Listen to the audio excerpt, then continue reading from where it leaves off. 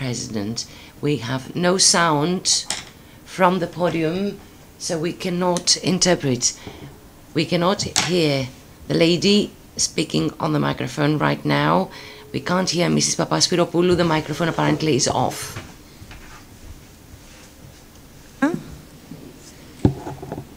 UN Environmental Principles for Sustainable Insurance, το PSI. Το πρόγραμμα, ειδικά για τη βιώσιμη ασφάλιση, είναι διεθνώς η μεγαλύτερη πρωτοβουλία συνέργειας του ΟΗΕ με την ασφαλιστική βιομηχανία. Η κλιματική αλλαγή είναι υπαρκτή και συντελείται με ραγδαίους ρυθμούς, με τη μορφή ολοένα συχνότερων και ισχυρότερων φυσικών καταστροφών. Χωρίς έναν βιώσιμο πλανήτη, δεν νοείται η ύπαρξη της ανθρωπότητας. Σε έναν κόσμο λοιπόν που απειλείται, ο ασφαλιστικός κλάδος μπορεί να αποτελέσει ικανό εργαλείο για να συνεισφέρει στο μετριασμό του φαινομένου, απατώντας συγχρόνως στις προσδοκίες των κυβερνήσεων, των κοινωνιών για ένα μέλλον βιώσιμο και ανθεκτικό. Έτσι, η συμμετοχή της Ένωσης Ασφαλιστικών Εταιριών στο πρόγραμμα UNEPFI αποτελεί απόφαση ορόσημο για την ιστορία της αγοράς μας. Μέσα από έναν οργανισμό διεθνούς βεληνικούς, όπως είναι ο ΟΗΕ, και ένα πρόγραμμα τεράστιας εμβέλειας, η Ένωση Ασφαλιστικών Εταιριών και τα μέλη της δηλώνουν την προσήλωσή τους στο φλέγον ζήτημα της προστασίας του περιβάλλοντος, αλλά και στο όραμα για ένα κόσμο δικαιοσύνης και ευημερίας. Η πραγματοποίηση της σημερινής εκδήλωσης επιδιώκει ακριβώς τη διάχυση στην ελληνική αγορά των αρχών του ΟΗΕ για τη βιώσιμη ασφάλιση, στις οποίες προσχώρησε η Ένωση στις αρχές του 2022. Οι αρχές της βιώσιμης ασφάλισης, τις οποίες θα έχουμε την τιμή να μας τις παρουσιάσει ο κύριος Μπάτς Πακάνη, ο οποίος είναι Program Leader του UNEPFI PSI, ενσωματώνουν τα ESG κριτήρια στην αλυσίδα αξίας των ασφαλιστικών επιχειρήσεων, καλώντας τον κλάδο σε δράσεις για τη διαχείριση των περιβαλλοντικών και κοινωνικών κινδύνων και των κινδύνων διακυβέρνησης, αλλά και των ευκαιριών που αναφύονται από αυτούς. Μέσω των αρχών του ΟΗΕ, η βιώσιμη ασφάλιση αποκτά καθολικό περιεχόμενο, το οποίο δεν εξαντλείται στα κρίσιμα θέματα του περιβάλλοντος, αλλά σηματοδοτεί ως λέξη την ευρύτερη θετική επίδραση που μπορεί να έχει η ασφαλιστική βιομηχανία σε πολλά και διαφορετικά επίπεδα, στην περιβαλλοντική, στην κοινωνική και στην οικονομική βιωσιμότητα. Με σημείο αναφοράς λοιπόν την προσέγγιση αυτή, το πρόγραμμα της εκδήλωσής μας πλαισιώνεται από σημαντικούς ομιλητές και φιλοδοξεί να καλύψει όσο το δυνατόν περισσότερες πτυχές της βιώσιμης ασφάλισης, με συνέπεια προς τις αρχές που έχει ορίσει ο ΟΗΕ από το 2012, πριν ο όρος κλιματική αλλαγή μπει ανεπιστρεπτή στην καθημερινότητά μας. Σας ευχαριστώ πολύ και εύχομαι καλή συνέχεια.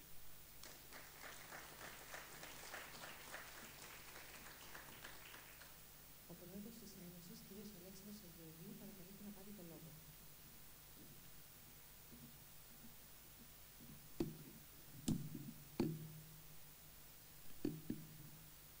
Κυρίες και κύριοι, καλημέρα σας. Ευχαριστώ που είστε σήμερα μαζί μας παρά την κίνηση που υπάρχει εκεί έξω και με τη σειρά μου σας καλωσορίζω σε αυτό το συνέδριο που γίνεται, όπως είπε η κυρία Παπασπυροπούλου, με την ευκαιρία της προσχώρησης της Ένωσης Ασφαλιστικών Εταιριών Ελλάδος στο UNEPFI του Οργανισμού Ηνωμένων Εθνών για το περιβάλλον και ειδικά την πρωτοβουλία για το environment και το sustainable insurance. Έχει σημασία να πούμε εδώ ότι ενώ στα της Ένωσης μας απασχολούν πολλές φορές ή μάλλον είναι στην κύρια σκηνή των θεμάτων της Ένωσης τα δικά μας, τα κίνητρα και άλλα θέματα και στρεβλώσεις που προσπαθούμε να διορθώσουμε και να βοηθήσουμε την ανάπτυξη της ελληνικής ασφαλιστικής αγοράς.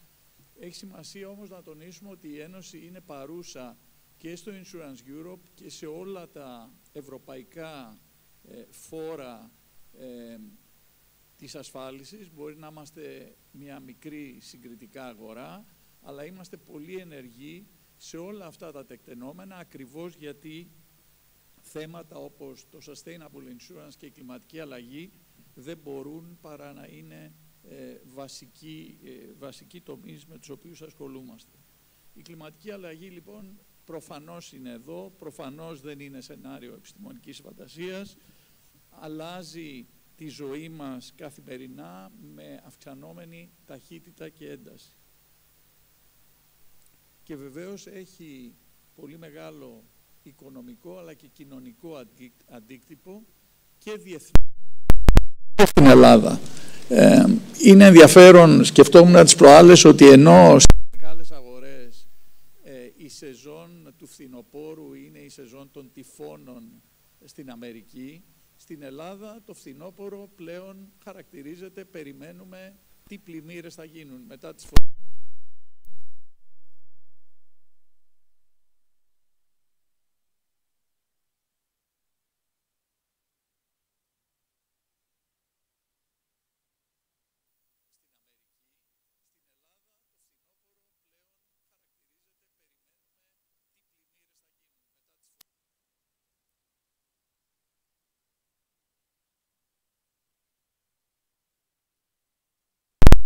Social governance, αλλά το τι ακριβώς σημαίνουν και πώς θα μεταφραστούν σε policy είναι κάτι που σε διεθνές επίπεδο αναζητούμε.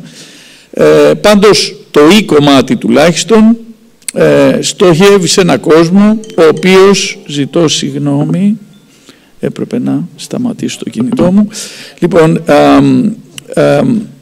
αναζητούμε λοιπόν έναν κόσμο ο οποίος θα προστατεύει το περιβάλλον, ενώ συγχρόνως θα εγγυάται κοινωνική ευμερία, διαφάνεια, χωρίς αποκλεισμούς και ανισότητες. Οι προκλήσεις βέβαια είναι πολλές και οι αβεβαιότητες μεγάλες υπό τη σκιά του ενεργειακού τοπίου, το οποίο βιώνουμε σήμερα. Αυτά που προκάλεσε ο πόλεμος στην Ουκρανία και η εργαλειοποίηση του φυσικού αερίου φαίνεται ότι υπονομεύει τις ευρωπαϊκές και διεθνείς φιλοδοξίες για το κλίμα. Έτσι πολλές χώρες, για να μην πω όλες οι χώρες, παρά τις φωνές ότι η ενεργειακή κρίση είναι μικρή και είναι πολύ μικρή σε σύγκριση με την κλιματική κρίση, στράφηκαν σε διάστημα λίγων μηνών στον άνθρακα για την άμεση υποστήριξη ενόψει του χειμώνα επιχειρήσεων και νοικοκυριών. Πέραν όμως της τρέχουσας ενεργειακής κρίσης, όσον αφορά στην κλιματική αλλαγή και την αναγκαιότητα για την περιστολή των φαινομένων που προκαλεί, η ιδιωτική ασφάλιση έχει αναδειχθεί και ως μέρος των λύσεων που προωθούνται διεθνώς για την κάλυψη των κινδύνων που απορρέουν από την κλιματική αλλαγή.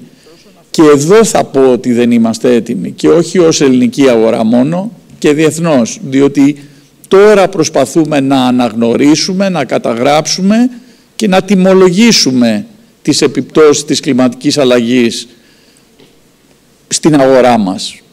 Και δεν νομίζω ότι καμία αγορά είναι έτοιμη γι' αυτό, επειδή ακριβώς και η κλιματική αλλαγή είναι ένα φαινόμενο εν εξελίξη. Από την άλλη μεριά έχουμε και τις επενδύσεις.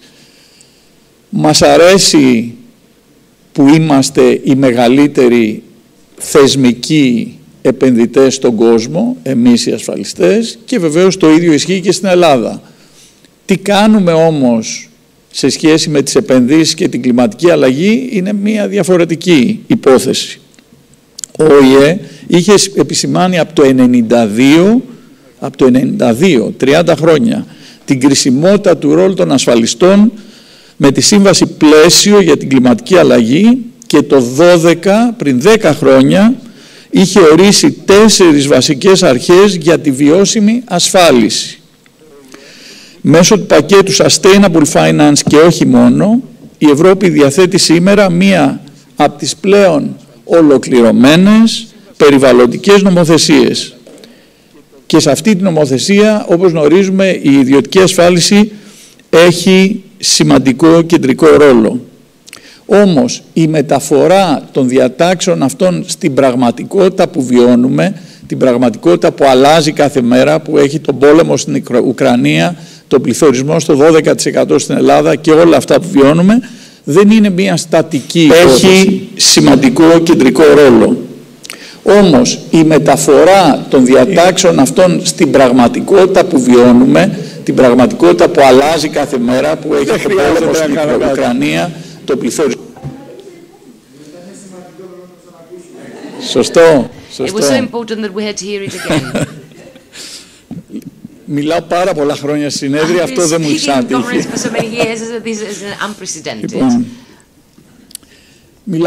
Μιλούσα για τη μεταφορά όλων των διατάξεων και των προθέσεων στην πραγματικότητα. Έχουμε για παράδειγμα το ταξόνομι των πράσινων επενδύσεων, όπου ξαφνικά περιλαμβάνει και την πυρηνική ενέργεια και το φυσικό αέριο, προκαλώντας αντιδράσεις, αποκαλύπτοντας ότι η βιωσιμότητα εκτός από κανονιστική υποχρέωση αποτελεί και πεδίο έντονου πολιτικού debate που απαιτεί συγκερασμό αντίθετων συμφερόντων. Το ταξιόνομι είναι ανδιαφεσβήτητα εξαιρετικά χρήσιμο εργαλείο για την αποφυγή φαινομένων greenwashing, όπου όλα γίνονται green επειδή τα βαφτίσαμε green. Παρ' όλα αυτά, τα κριτήρια είναι τόσο αυστηρά, ώστε τουλάχιστον επί του παρόντος, ορισμένες μόνο οικονομικές δραστηριότητες είναι σε θέση να τα πληρούν κατά 100%. Γεγονός που δυσκολεύει αρκετά τους ασφαλιστές, εμάς τους ασφαλιστές, να σχεδιάσουμε με τη σειρά μας sustainable προϊόντα. Από την άλλη πλευρά έχουμε το κοινό, γιατί αν το δείτε, μιλούσα για τους stakeholders. Είναι λοιπόν οι κυβερνήσεις, οι οποίες πρέπει να φροντίσουν για το κοινό που τους ψηφίζει και τους ψηφίζει βραχυπρόθεσμα, ενώ τα φαινόμενα για τα οποία μιλάμε δεν κινούνται με ρυθμό κάθε 4 χρόνια. Είναι οι ασφαλιστές, το industry το δικό μας, είναι αυτοί που φτιάχνουν το εποπτικό πλαίσιο, που πάλι ξεκινάει από τις κυβερνήσεις και μέσω του Ευρωπαϊκού Κοινοβουλίου, της ΕΙΟΠΑ και του Ευρωπαϊκού Κοινοβουλίου γίνεται πώληση και κανονιστικό πλαίσιο για τις ασφαλιστικές εταιρείες. Μέσα σε αυτόν τον κόσμο ζούμε και έχουμε λοιπόν, επανέρχομαι στο κοινό, το κοινό το οποίο χαρακτηρίζεται από μια σχετική άγνοια εκπαίδευση για το τι είναι sustainable finance και όλο αυτό το θέμα, και συνδέεται αυτό και με τη γενικότερο έλλειμμα στη χρηματοοικονομική εκπαίδευση του κοινού. Ταυτόχρονα όμως έχουμε ενσωμάτωση των sustainability preferences στη διαδικασία πώλησης των ασφαλιστικών προϊόντων τώρα, και αυτό δημιουργεί πολλούς προβληματισμούς. Θα πω αυτό που λέω πάντα, ότι είμαστε με σαφείς προτάσεις σε διάλογο με την κυβέρνηση για την υιοθέτηση κινήτρων ώστε το 16% των σπιτιών που είναι ασφαλισμένο στην Ελλάδα να γίνει 100% εν ώψη της κλιματικής αλλαγής και όλων αυτών που βιώνουμε. Ακούμε ενθαρρυντικά πράγματα, όμως στην πράξη δεν έχει γίνει ακόμη τίποτα, άρα ως Ελλάδα έχουμε ένα τεράστιο και επικίνδυνο protection gap.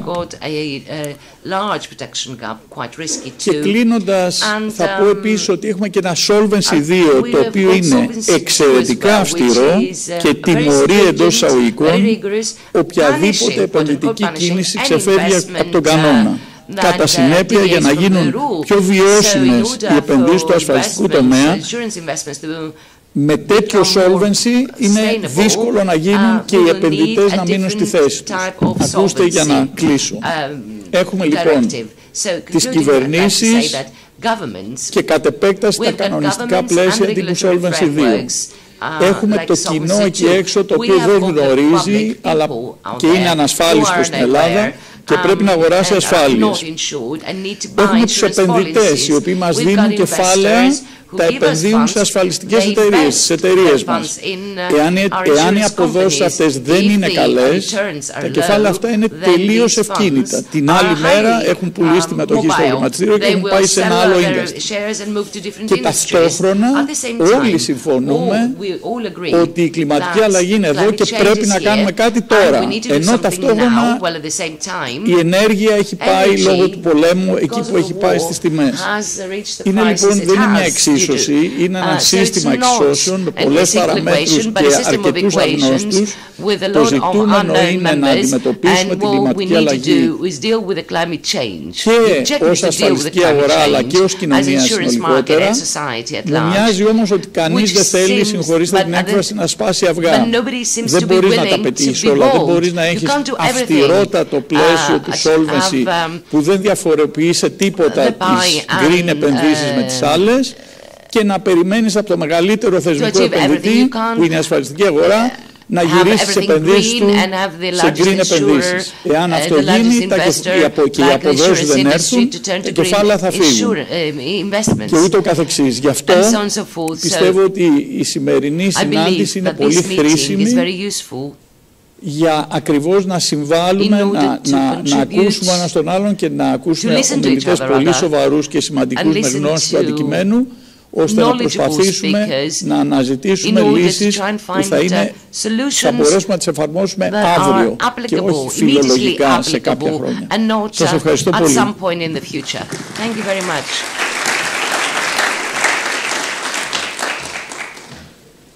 Ακολουθεί τοποθέτηση του Υπουργού Κλιματικής και Πολιτικής Προστασίας, κυρίου Χρήστου Στυλιανίδη. We're going to listen to Mr. Minister Stylianidis.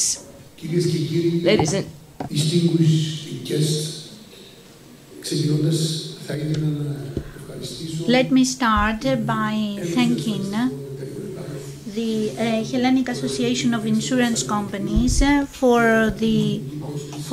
this invitation and for offering me the opportunity to participate in today's conference.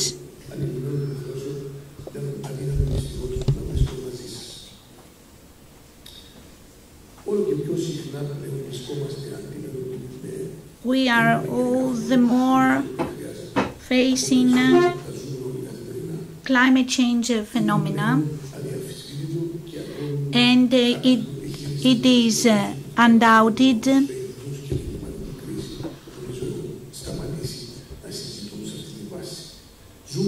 that climate crisis is the object of this ministry.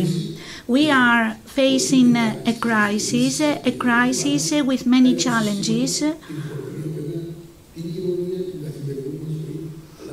which put challenges to our daily lives as well.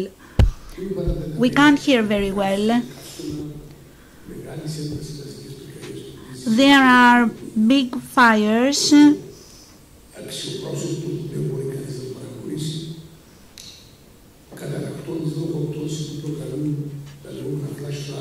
And there are also flash floods and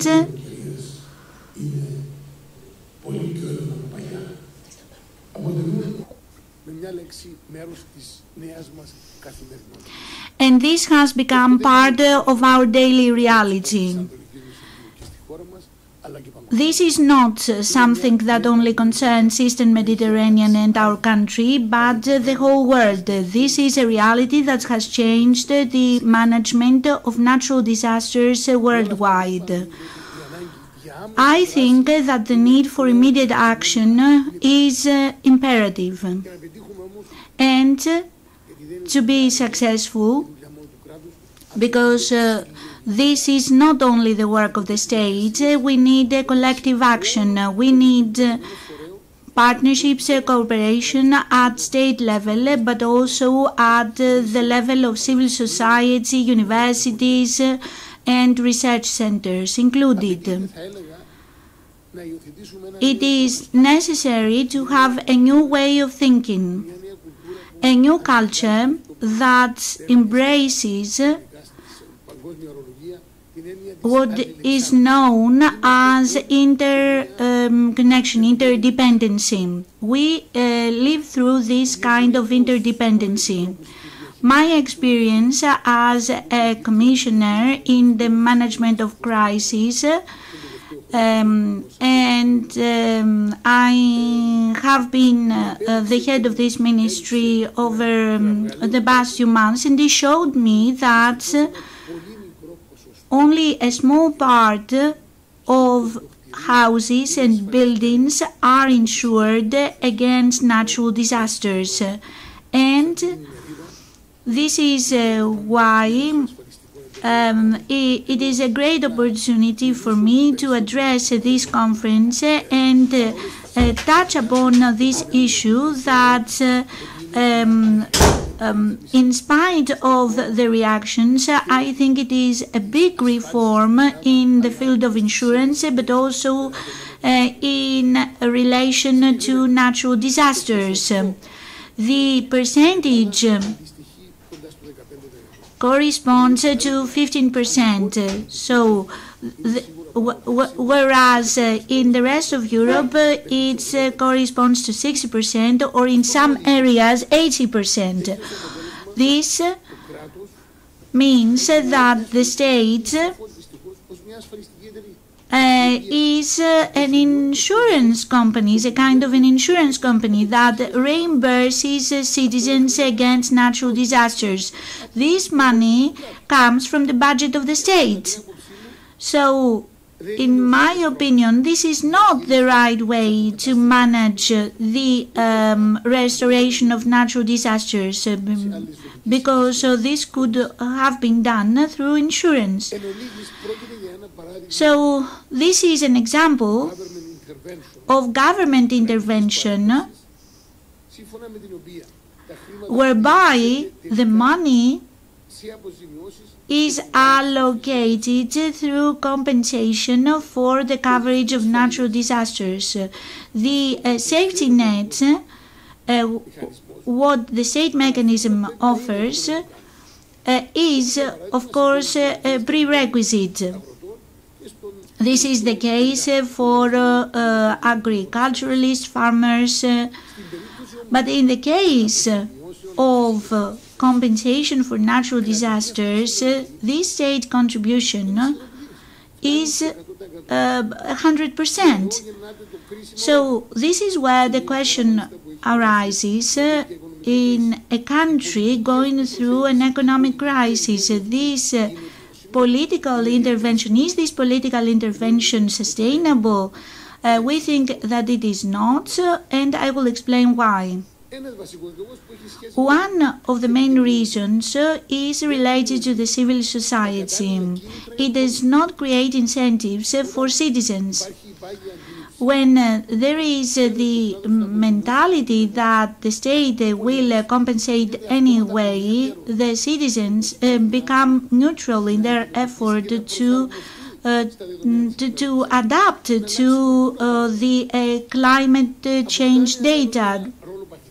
So we become passive, and this is opposite to the active role which is necessary to tackle climate crisis. And we need active citizens next to us. This is what we spoke about in Paris, in Glasgow, and in all the universities as to the role of the citizen to tackle climate change.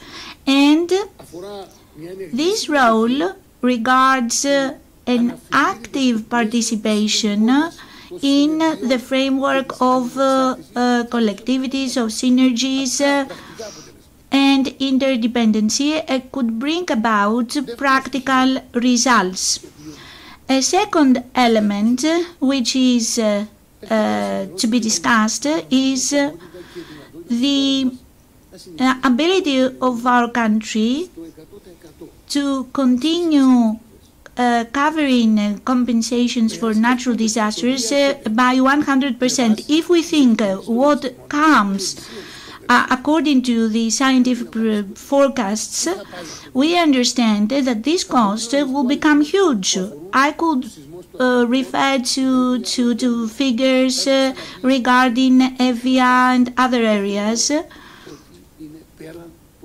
but this is beyond the abilities of the state as to the aggravation of climate change phenomenon. So you know how insurance works in this case. The insurance may play the role of a subsidiary tool in the fight against the climate crisis. And as to the Ministry of Climate Crisis, we first record in detail what we have, then we evaluate risks, then we record the different hazards related to natural disasters, and because we do not have a databases in Greece, this recording of data and the adaptation of scientific models will lead us to the risk profiling of the whole Greek territory.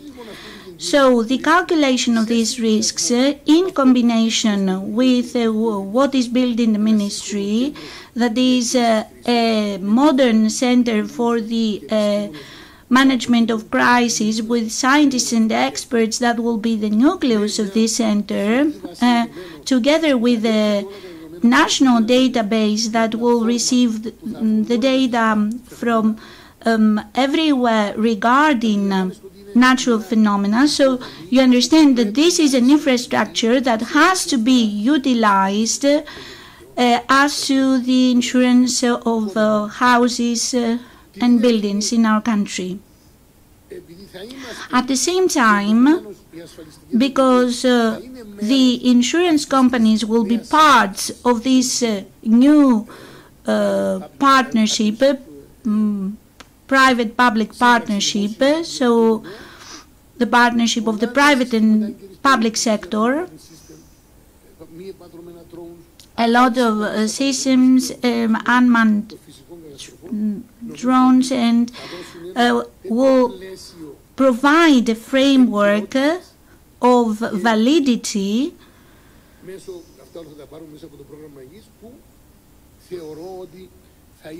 And I think that this will be something that will create the requirements for us as a society, private and public sector. We will have a new prioritization in our actions with a focus on prevention. And there, the citizen will be active, because if you know that your premium will depend upon that, and there will be this private-public partnership, then the citizens will become more active, and they will reduce their own cost, but also the cost of the states. So I think that this framework, as established, will enable us as a society to provide incentives to the citizens. And these measures are necessary to reinforce the alertness, the readiness of the country to face these phenomena. So what I said about the citizens regards the private-public partnerships. Of course, the citizens will not be alone, will not be on their own. And I think that these partnerships will create that framework so that it will be feasible and the cost will not be so high for it to be unfeasible. You know that a lot of efforts are made in other European countries, and we have to utilize them. That there is a great effort made in Portugal to this direction. So I think that this discussion has to start immediately with specific targeting, because undoubtedly in-depth analysis of the phenomena is necessary, and when we have a joint common analysis, then we will be able to move on.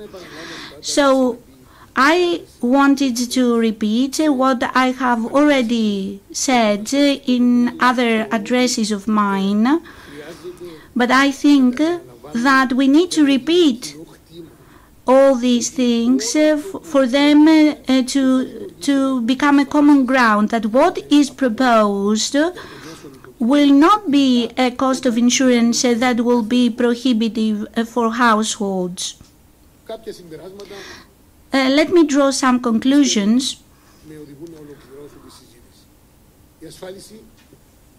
Insurance may lead us to the reinforcement of the insurance resilience of the country.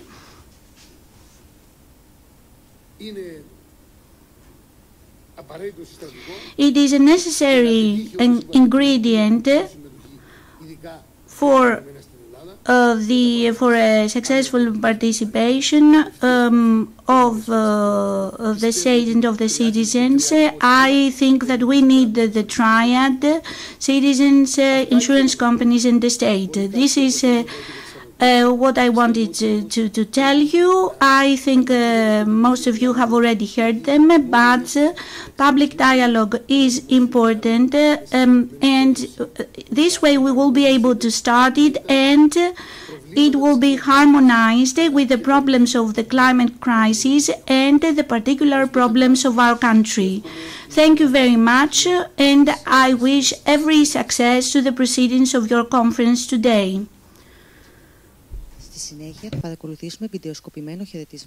We're going to watch now Mr. Renaud Guidet in a video contribution. He's the chair of Net Zero Alliance. I hope you're doing well. Thank you very much for inviting me. I'm really sorry that I can't be with you in person today in Athens. I hope you had a good weekend and that you will have a great session today all together. You have invited me in my capacity as chair of the Net Zero Insurance Alliance, and it is a pleasure to share with you more details about that very important initiative. Net Zero Insurance Alliance. Net Zero, just look at the deadly floods in Pakistan recently. Just look at the wave of wildfires and drought in Europe over the summer. Just look at Hurricane Ian, which devastated the US a few weeks ago. All of that is a powerful reminder of the dramatic impact of climate change. And we, insurers and reinsurers, we have been at the forefront of extreme weather events due to climate change over the past decades. So we are, unfortunately, in that privileged position to grasp the magnitude of that challenge and to take action. This is why net zero is a key focus. Why with insurance? Because while we do believe that investments are obviously a very powerful arm to make sure that we can support the decarbonization of our economies and our societies, we also believe that through underwriting, the core business of what insurers and reinsurers know to do, the core that they bring to society, we can actually drive faster and accelerate change to make sure we do fight global warming. How will we do that? We will do that actually not by excluding. We'll have to use exclusion as a means of last resort for hopeless causes, people who cannot and do not want to decarbonize. But more broadly, the role we will play with underwriting will be to support the transition and to ensure the transition, to make it happen. So we will be enablers of the transition, and I will go back to that. I just want to stress a very important word in the Net Zero Insurance Alliance, which is the last one, alliance. Why are we doing that all together? Because we do believe that beyond the pioneering role of some undertakings, beyond various initiatives taken here and there, it's very important that we work together because we will deliver more collectively. We will learn faster because we can share expertise and insight. We will agree on a common methodology, and I will also elaborate on that in a few seconds. And we will make sure that by being a united effort, it's not a zero-sum game whereby we would have a coalition of the willing whose efforts would be offset by lingering bad practices, we want to make sure that we step up our game collectively and we bring our industry and also the whole society and the whole economy to the next level upwards in the fight against climate change. I mentioned the importance of ensuring the transition and using our underwriting arm. To us, it's very important that we start by assessing what is the point that we begin with, which is gauging the current footprint of our customers, be they corporates or households. And this is why the Net Zero Insurance Alliance has engaged with the partnership for carbon accounting financials, dubbed PCAF. As some of you may know, we are now in the process of launching a consultation for what we call a target setting protocol elaborated jointly with PCAF, so I would welcome your feedback on that. And then the next step will be for the Net Zero Insurance Alliance to release the target setting protocol in January 2023. From then on, each member, and there are currently 29 members of the NZIA from all across the world, various business models, various jurisdictions. We have insurers, we have reinsurers, we have an insurance marketplace in the name of Lloyd's of London. All of these members will actually individually and independently, each of them, determine their own trajectory and release their own targets by July 2023. These targets will obviously look forward to the ultimate objective of 2050, but there will be intermediary milestones. We want to make sure that we can front-load the effort, that we can make it happen as soon as it can, because we know that the longer we wait, the steeper the curve, and the more catch-up we will have to do, which will be obviously very tough.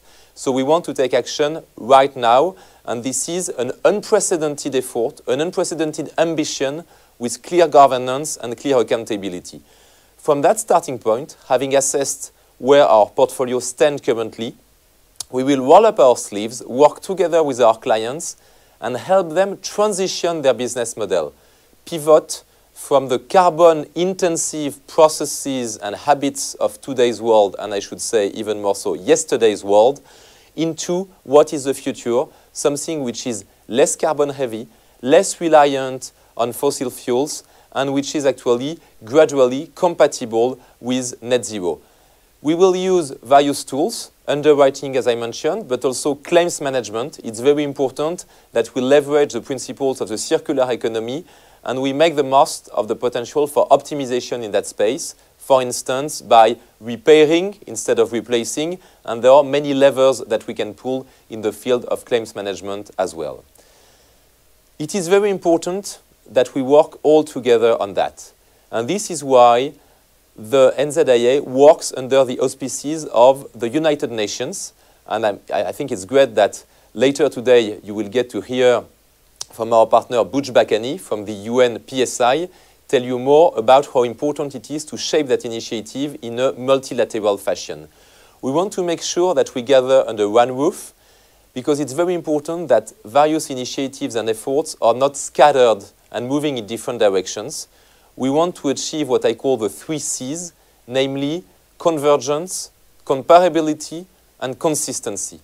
It's very important that the reporting frameworks, the tools that we use, are actually jointed between jurisdictions, between continents, between regulators, between policymakers. We need all of our energy to be focused on the green transition. We don't want it to be diverted by having to reconcile one framework to another. So it is extremely important that we use all the diplomatic weight that we can throw into that effort to make sure that we work all together in the same direction, but also, broadly speaking, at the same pace, so that we maximize the likelihood of quickly curbing our impact on climate change and quickly being compatible with net zero. To achieve all of that, it requires obviously a lot of energy on the ground, and I would like to say how grateful I am to all the teams of the 29 members of the Net Zero Insurance Alliance. We have underwriters, we have climate experts, we have legal experts, we have actually all the constituencies of what makes the insurance industry a great one, working hand in hand. And I do believe that it's testimony to the fact that insurance is actually when finance meets society. Obviously, we have large balance sheet, we have capital to deploy, but we also have in-house expertise, which is almost like a scientific lab. We have climate researchers, experts in the impact of climate change, which goes, well beyond the actuarial skill set, but it is actually enshrined in what makes our world live and change. And I think we are a true reflection of what our societies are. And insurance does live and breathe in sync with our broader society. That also means that our portfolios as underwriters are a reflection of the underlying economy. So if corporates do not move, there's only so much progress we can make, and we can only go so far. So it's super important that by engaging with our clients, we do foster that sea change, making sure that it does happen within each corporate, that manufacturing processes, logistics processes, and more broadly, the whole economy gets cleaner and greener. We will be there to support that change. We will be there to enable that change. But it's very important that we do not act in isolation, and we will need all stakeholders. So an effort that is actually united. I mentioned earlier the role of policymakers and regulators. I mentioned now the role of corporates. We need actually all constituencies to work in the same direction. I look forward to the journey ahead of us. I mentioned short-term milestones, target setting protocol in January 2023, targets individually determined by each NZIA member in July 2023, which means that 2023 will be extremely busy and exciting, not short of challenges, but we will be up to the task, and I know that we will achieve it collectively thanks to the transformational power of insurance. I wish you a great day, and next time I hope I'll be able to attend physically with you in person in Athens. Take care and speak very soon.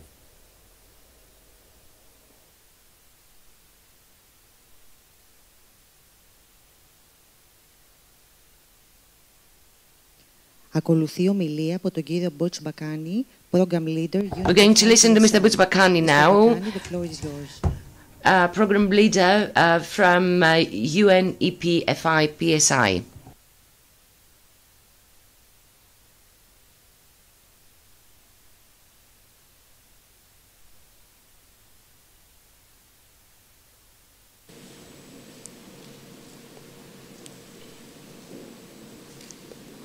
While we're waiting for the clicker, I just wanted to thank everyone and HSIC for inviting me today. I think you could not have chosen a better day for your event, because today is United Nations Day, October 24. And for me, the principles of the UN Charter that was signed more than 75 years ago ring as true today as we tackle our shared problems and also strive to achieve the sustainable future that we want.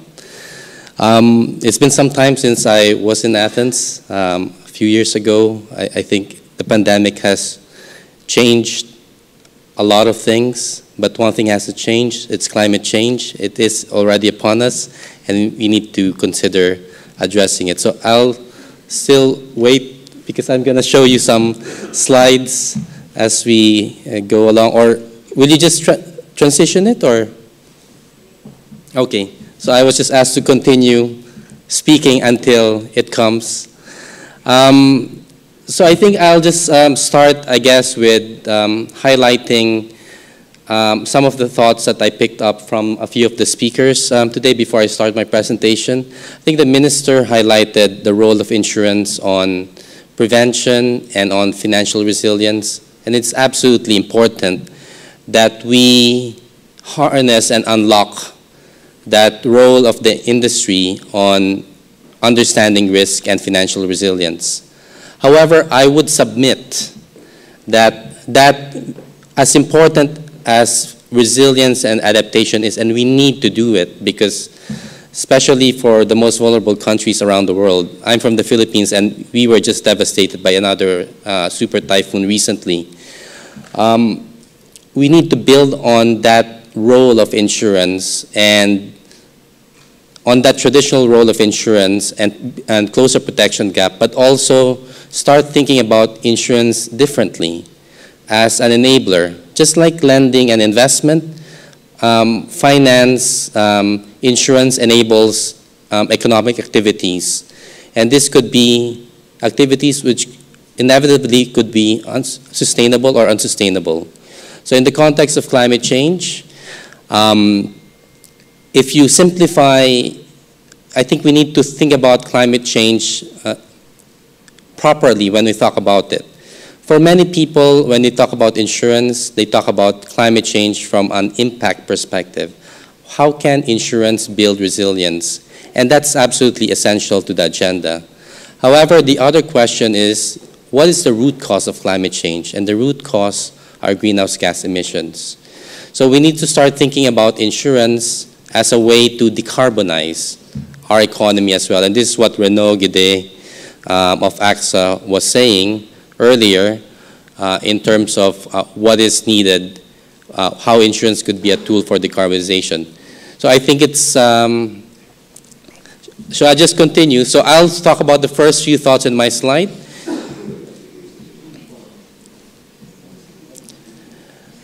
So I'll just talk about the first few parts of my slide. And the first slide is about the triple role of the insurance industry in addressing sustainable development. There you go. So I hope I didn't, I hope I didn't exhaust all of my time with the ad-lib, Alina. But, so this is what I wanted to highlight. If there's anything that you can take away from the discussion, my presentation today, it would be this. The role of a risk manager, understanding, preventing, and reducing losses has to be common practice across communities and governments around the world. Insurance as a financial shock absorber is what the minister was talking about earlier. And then insurers are institutional investors is the third role. The fourth role that overlays this is what I was referring to as insurance as an enabling, as an enabler. So where insurance is not only a shock absorber, but is treated like lending and investment. So just to bring back again, what are the principles for stable insurance that were launched 10 years ago at the Rio de Janeiro conference of the UN on sustainable development? Principle one, because the president of the association was talking about ESG, Principle one is about embedding ESG or sustainability issues into core business. Everything that an insurance company does, from strategy to underwriting to claims to investment management, it has to be embedded there. Principle two is really about the insurance industry value chain. So if you are an insurance company, how do you deal with these issues with your brokers, with your agents, with your reinsurers? Principle three is a recognition that even if the whole global insurance industry does this together, it won't be enough. We need to engage with governments and regulators and civil society on this agenda. And principle four is about accountability and transparency. This day, whether you're a government or a private enterprise, you need to be transparent and accountable on how you are addressing sustainability issues. So that was a flashback. At the time, Ban Ki-moon was the Secretary General. He endorsed the principles. And now we have the biggest collaborative initiative between the UN and the global insurance industry. We have over 200 organizations around the world representing about 1/3 of premium volume and 15 trillion in assets. Now let me talk about climate change as one major sustainability issue. So we all know that we are off track where we are compared to the Paris Agreement. Science is showing us that it is a code red planetary emergency, so we really need to drive urgency in our actions and higher ambition. But we didn't need all the science in 2022 to act accordingly. Because even in 2018, the IPCC already came out with a special report on climate change showing what is the difference between warming of 1.5 degrees and warming of 2 degrees.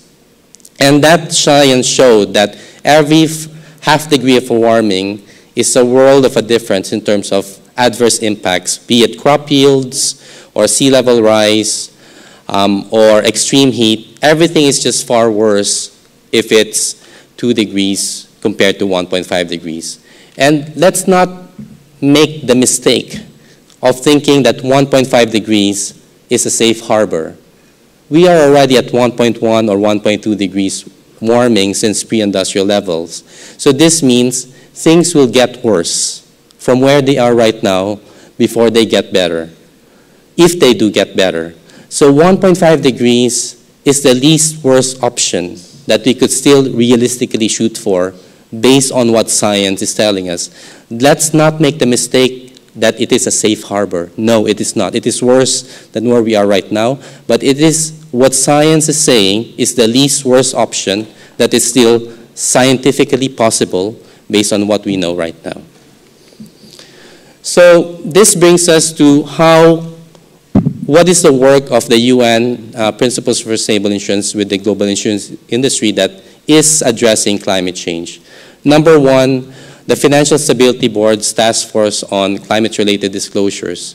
One of the most difficult parts of those recommendations is how do you project 10, 20, 30 years down the road using evolving climate science and think about how it will impact insurance portfolios.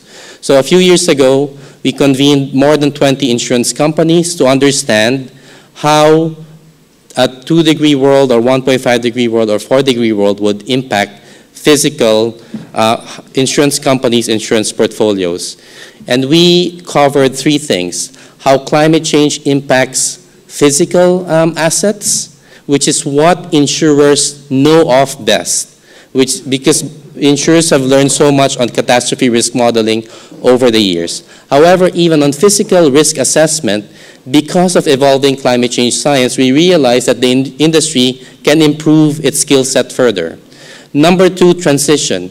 As we transition from a high carbon economy to a net zero emissions economy, even with the best insurers around the table, we realize that many insurance companies are still grappling and trying to understand what would be the impact on premium or revenue of the transition from high carbon to net zero. And third, on climate-related litigation risk. As more litigation happens in the real economy, there could conceivably more links to insurance cover, including liability. So if you're an insurance company that writes D&O, Directors and Officers Liability or Professional Indemnity, it could be a relevant topic. And what we realize is that most insurance companies around the world are still simply monitoring legal cases on this, and there's no yet proactive, systematic assessment of this agenda. However, a lot of that discussion on TCFD is really focused on how insurance could be resilient in light of climate change. It doesn't talk about reducing emissions in the real economy. So the real agenda on net zero, aside from resilience, is how do you follow that green curve in that chart where we achieve net zero emissions by mid-century or earlier so that we can limit global warming to 1.5 degrees by the end of this century. And this is where the net zero agenda comes into the picture. In 2019, the UN convened insurance companies and institutional investors like pension funds and foundations to convene asset owners as institutional investors who will decarbonize their investment portfolios in line with 1.5 degree science. If the real economy is net zero, then lending, insurance, and investment would automatically be net zero. But the real economy is not net zero, so we are using insurance, lending, and investment as a lever to decarbonize the real economy. So companies that are within an investment portfolio, how can you engage with them so that they can have a transition, a credible transition towards net zero as companies in the real economy? So, however, that's only one side of the balance sheet. This is what Renaud was talking about. On the liability of the side of the balance sheet, how can you use your underwriting portfolio to decarbonize the real economy? And that's when we founded the Net Zero Insurance Alliance in 2019 and launched it at the G20 Climate Summit last year in Venice, starting with 8 companies. So just to summarize what Renaud was talking about earlier, how can insurance support decarbonization? Yes, you can set underwriting criteria, that's one, on fossil fuels. If you really follow the science and read the IPCC, latest IPCC report, it is not possible to have a credible, for you to set a credible target that you can say is aligned with 1.5 degrees and net zero if there's no phasing out and phasing down of fossil fuels. So underwriting criteria is an important, exclusions are important for certain activities. However, if we need to transition the entire economy to net zero, so just like on investment, if you are an active owner and on shareholder engagement, you can do that on insurance. You can engage with your corporate clients, you can engage with your retail clients on their decarbonization pathways. Third, you can also ensure the transition, just like you can finance the transition. If you can invest in renewables and lend to projects that are conserving energy, you can do the same for insurance, all the way to nature-based solutions. And then claims management, as we mentioned earlier, repairing instead of replacing. This is really uniquely insurance because there's nothing in finance that covers claims management, just like insurance. And then if you look at your risk management framework, be it a sustainability risk management framework or enterprise risk management framework, you can start embedding net zero criteria into that. And just like any other industry, you can engage with policymakers and regulators on a science-based and socially just transition to net zero. What Renaud mentioned earlier is this partnership with the Partnership for Carbon Accounting Financials. What was lacking for the past decade or so was, for more than a decade, all the topic about emissions reduction and finance were focused on banking and investment. That's why all the metrics associated with finance and decarbonization pertain to lending and investment.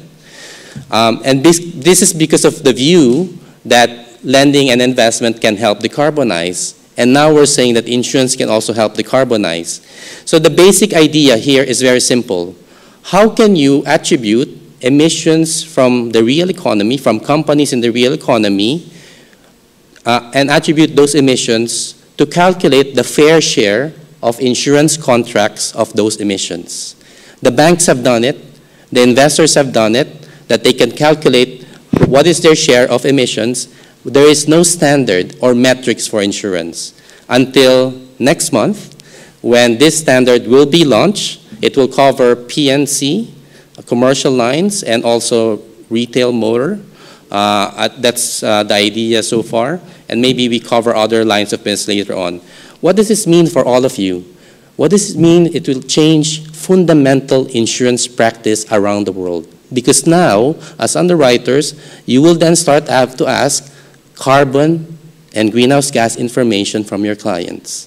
Before, there was no correlation. It was simply saying, oh, what's the loss history? Now you have to start to think about what is your greenhouse gas emissions footprint. And then, because I am interested as an insurance company to reduce those emissions in line with the net zero pathway. That is, and if it changes fundamental insurance practice, ultimately it will change regulatory and supervisory practice along the way. The other thing that will change insurance practice is this target setting protocol that Renaud was saying. That will be launched ideally in January. And the first one with PCAF is simply accounting. It's simply measuring emissions in the real economy and attributing that to insurance contracts. This is what will bend the emissions curve, because once that this target setting guidance is out, then insurance companies have to set their own targets for their respective underwriting portfolios to reduce their emissions.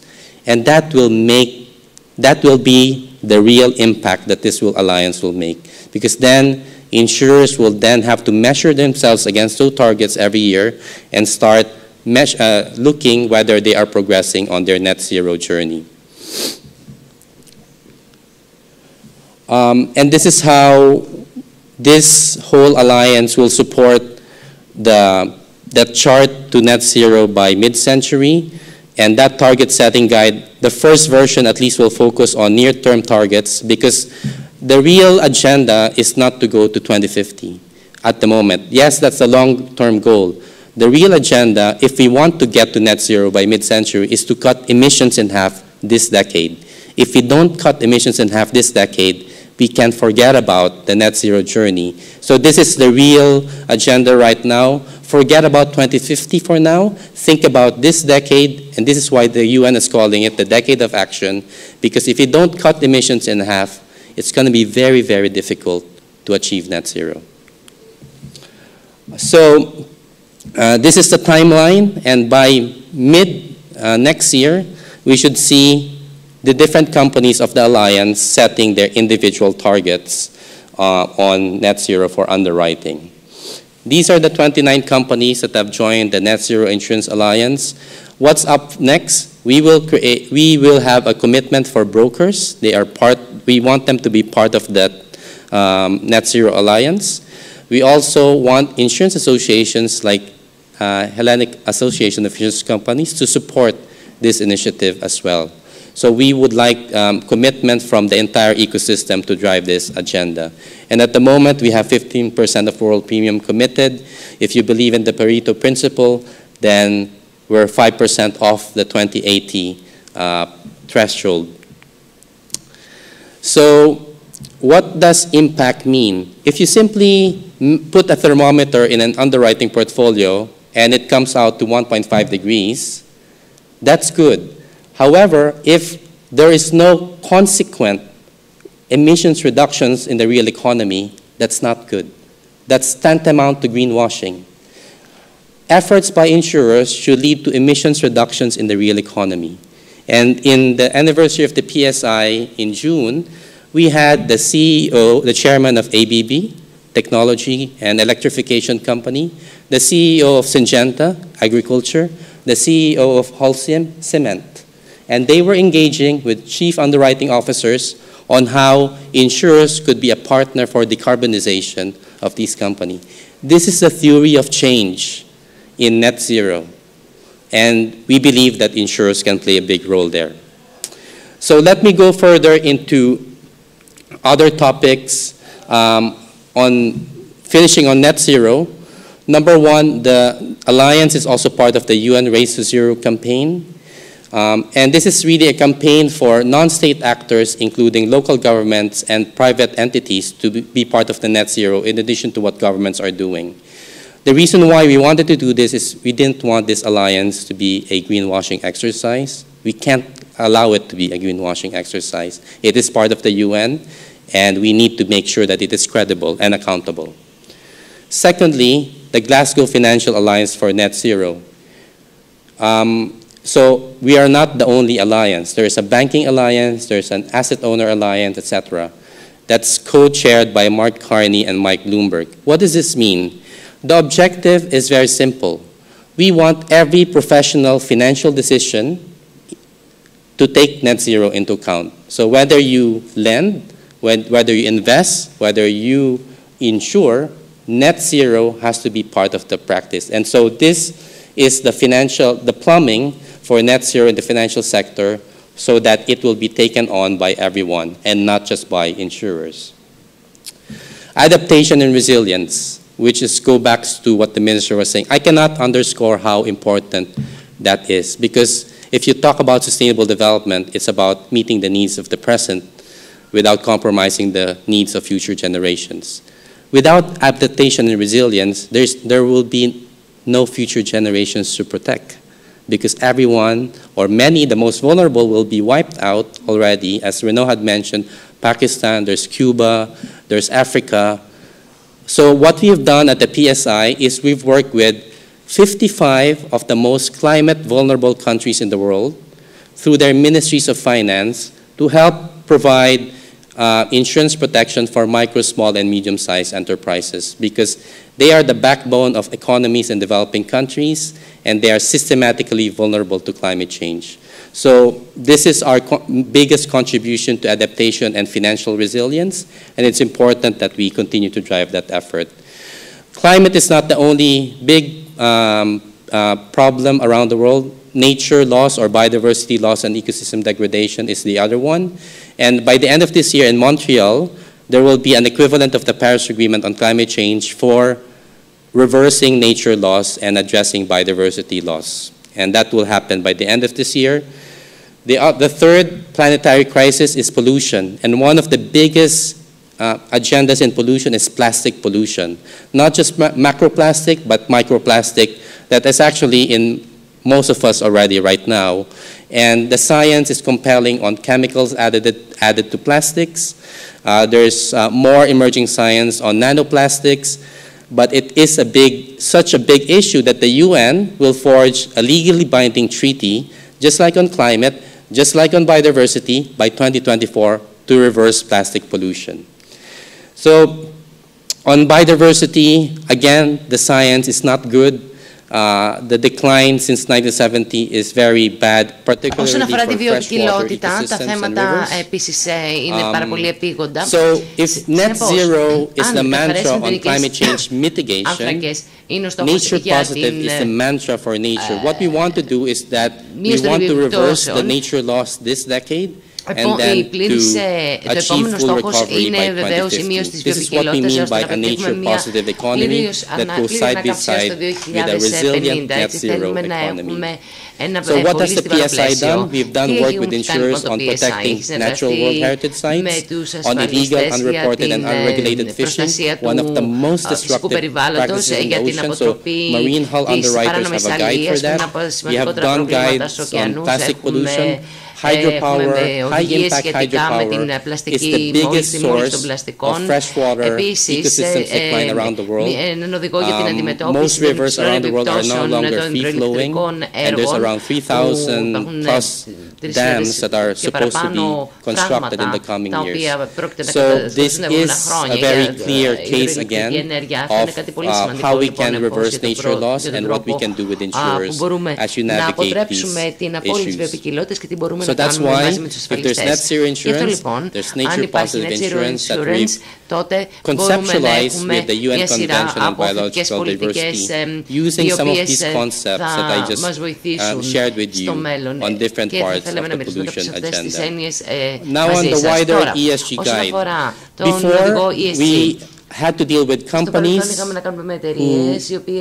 had a few companies who had a ESG or sustainability framework. So the excuse by others was that, well, it's only for the big players, etc. Now, in 2020, we produced the global guide for ESG for non-life business. So if you're an insurance company and you may be a medium-sized company or small company, there is now a guide for you to follow. So it's not only a few, we want many to have an ESG guide for their underwriting transactions covering climate, nature, pollution, human rights violations, bribery and corruption on governance. We want insurance companies to systematically assess ESG risks in their portfolio. If you are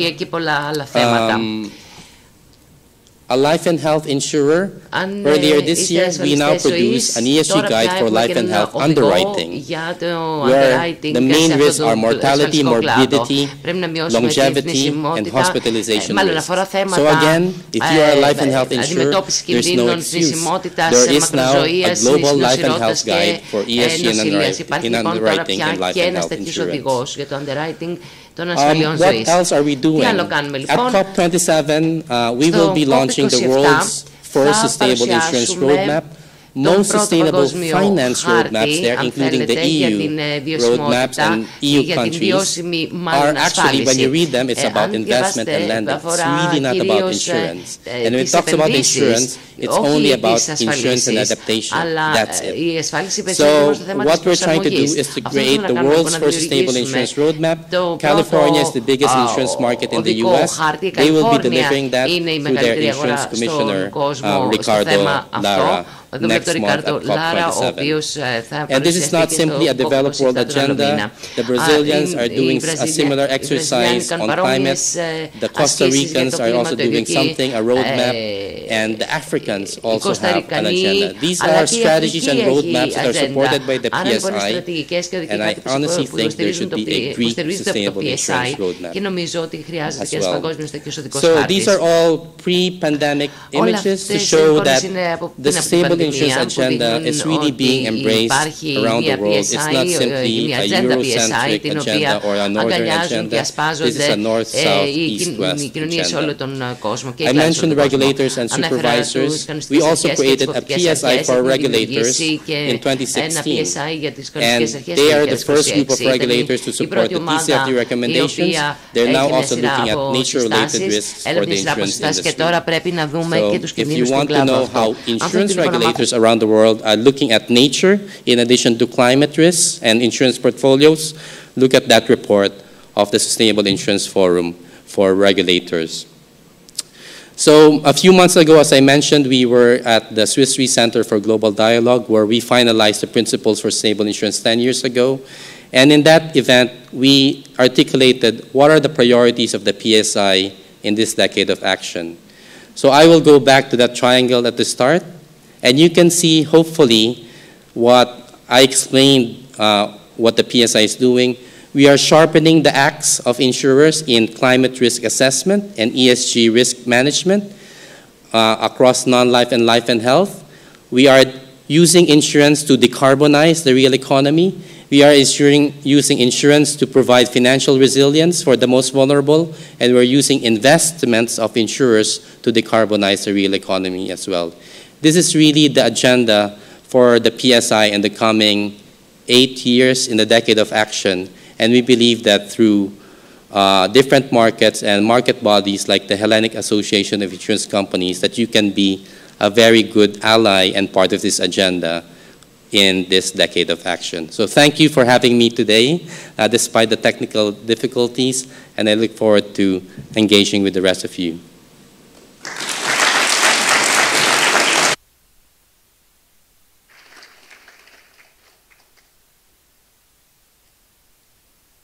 Η κυρία Διονυσία Αυγερινοπούλου, βουλευτής, πρόεδρος της Ηθικής Μόνιμης Επιτροπής Miss Avyerinopoulou, MP, is going to take the floor.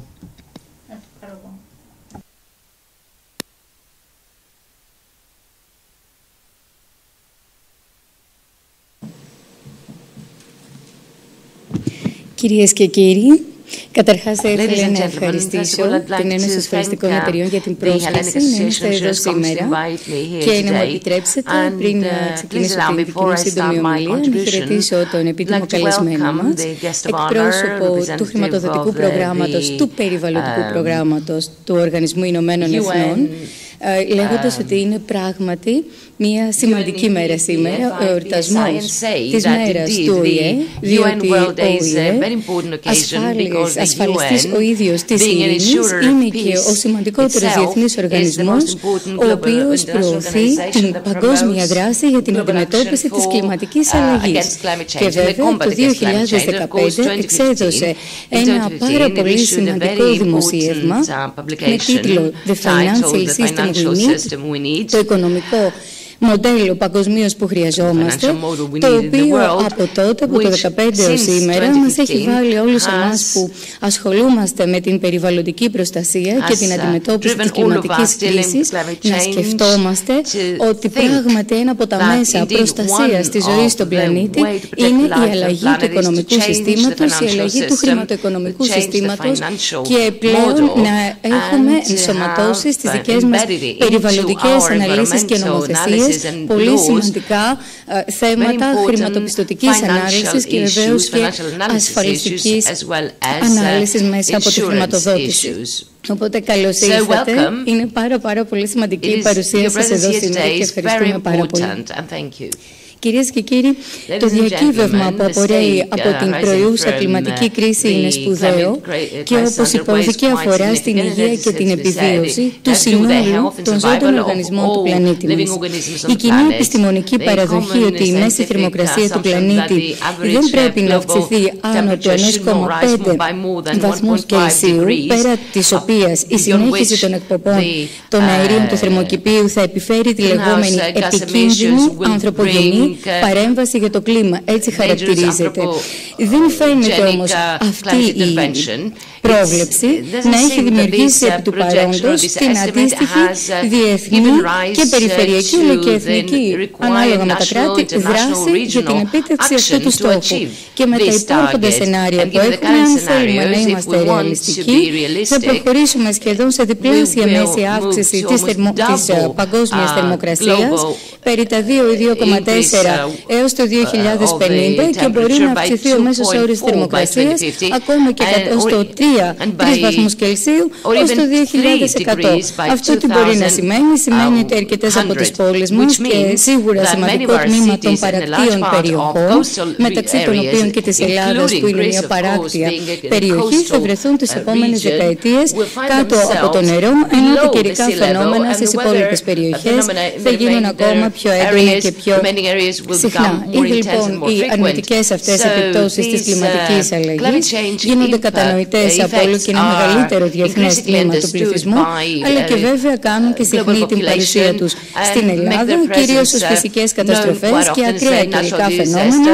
Στη χώρα μας, όπως και σε άλλες χώρες, αντιμετωπίζουμε πλημμύρες, μικρά τσουνάμι, μεγαλύτερες πυρκαγιές, αλλά και φαινόμενα όπως ονομάζονται της αργής έναρξης, όπως είναι η διάβρωση των ακτών. Ενώ ο σπουδαίος πλούτος της χώρας μας, ιδίως ως προς την χλωρίδα και στην πανίδα του, η βιοποικιλότητά της δηλαδή, χάνεται σταδιακά από την κλιματική αλλαγή και επηρεάζονται βαθύτατα και οι τομείς της οικονομικής μας δραστηριότητας, όπως η γεωργία, η κτηνοτροφία, ο τουρισμός, το εμπόριο, ενώ οι οικονομικές επιπτώσεις της αντιμετώπισης της προϊούσας κλιματικής αλλαγής και της θωράκισης αυτών των φυσικών και άλλων υποδομών ανέρχονται σε εκατομμύρια ευρώ. Ήδη ακούσαμε μια εισήγηση από τον Υπουργό Κλιματικής Κρίσης, τον κύριο Στυλιανίδη, ο οποίος αναφέρθηκε στα πολλά εκατομμύρια ευρώ τα οποία πρέπει να δώσουμε από τον εθνικό προϋπολογισμό κάθε φορά για την αντιμετώπιση των επιπτώσεων των φυσικών καταστροφών αλλά και για τη θωράκισή τους, και ένας από τους λόγους επιβάρυνσης του προϋπολογισμού του εθνικού είναι και το γεγονός ότι δεν υπάρχει και αρκετή ιδιωτική ασφάλιση στη χώρα για να αποζημιώσει τους πολίτες στην περίπτωση αυτών των καταστροφών. Η χώρα μας βέβαια είναι από τις χώρες που έχει υιοθετήσει σειρά νομοθετημάτων και κειμένων και πολιτικών και στρατηγικών, τα οποία δίνουν άμεσα ή έμεσα στην αντιμετώπιση της κλιματικής κρίσης και στη διαχείριση του κλιματικού κινδύνου, όπως είναι και ο πρώτος εθνικός κλιματικός νόμος, τον οποίο υιοθετήσαμε προσφάτως, αλλά και η Εθνική Στρατηγική για την Προσαρμογή στην Κλιματική Αλλαγή, το Εθνικό Σχέδιο για την Ενέργεια και το Κλίμα, ρυθμίσεις που έχουμε σε διαφορετικά νομοθετήματα για την προώθηση των ανανεώσιμων πηγών ενέργειας, και πάει λέγοντας. Και αναφέρομαι σε αυτά τα νομοθετήματα γιατί δεν είναι δεδομένο ότι οι χώρες έχουν επαρκή κλιματική νομοθεσία, και μάλιστα όταν υιοθετήσαμε τον πρώτο εθνικό κλιματικό νόμο στη χώρα πριν από λίγους μήνες και στη συνέχεια πήγαμε στη Σουηδία για να γιορτάσουμε τα 50 χρόνια από την πρώτη διάσκεψη του ΟΗΕ για το περιβάλλον, πάρα πολλά κράτη μας ρωτήσανε για το περιεχόμενο του κλιματικού νόμου, και επίσης το τμήμα, το UNDP, το τμήμα ανάπτυξης, ο Οργανισμός Ανάπτυξης του Οργανισμού Ηνωμένων Εθνών, έχει ζητήσει τη βοήθεια της Ελλάδας μεταξύ άλλων κρατών για την ενημέρωση τρίτων χωρών για τον κλιματικό νόμο, για την κλιματική νομοθεσία, και χαιρόμαστε πάρα πολύ να συνεργαζόμαστε με τα Ηνωμένα Έθνη για αυτά τα ζητήματα.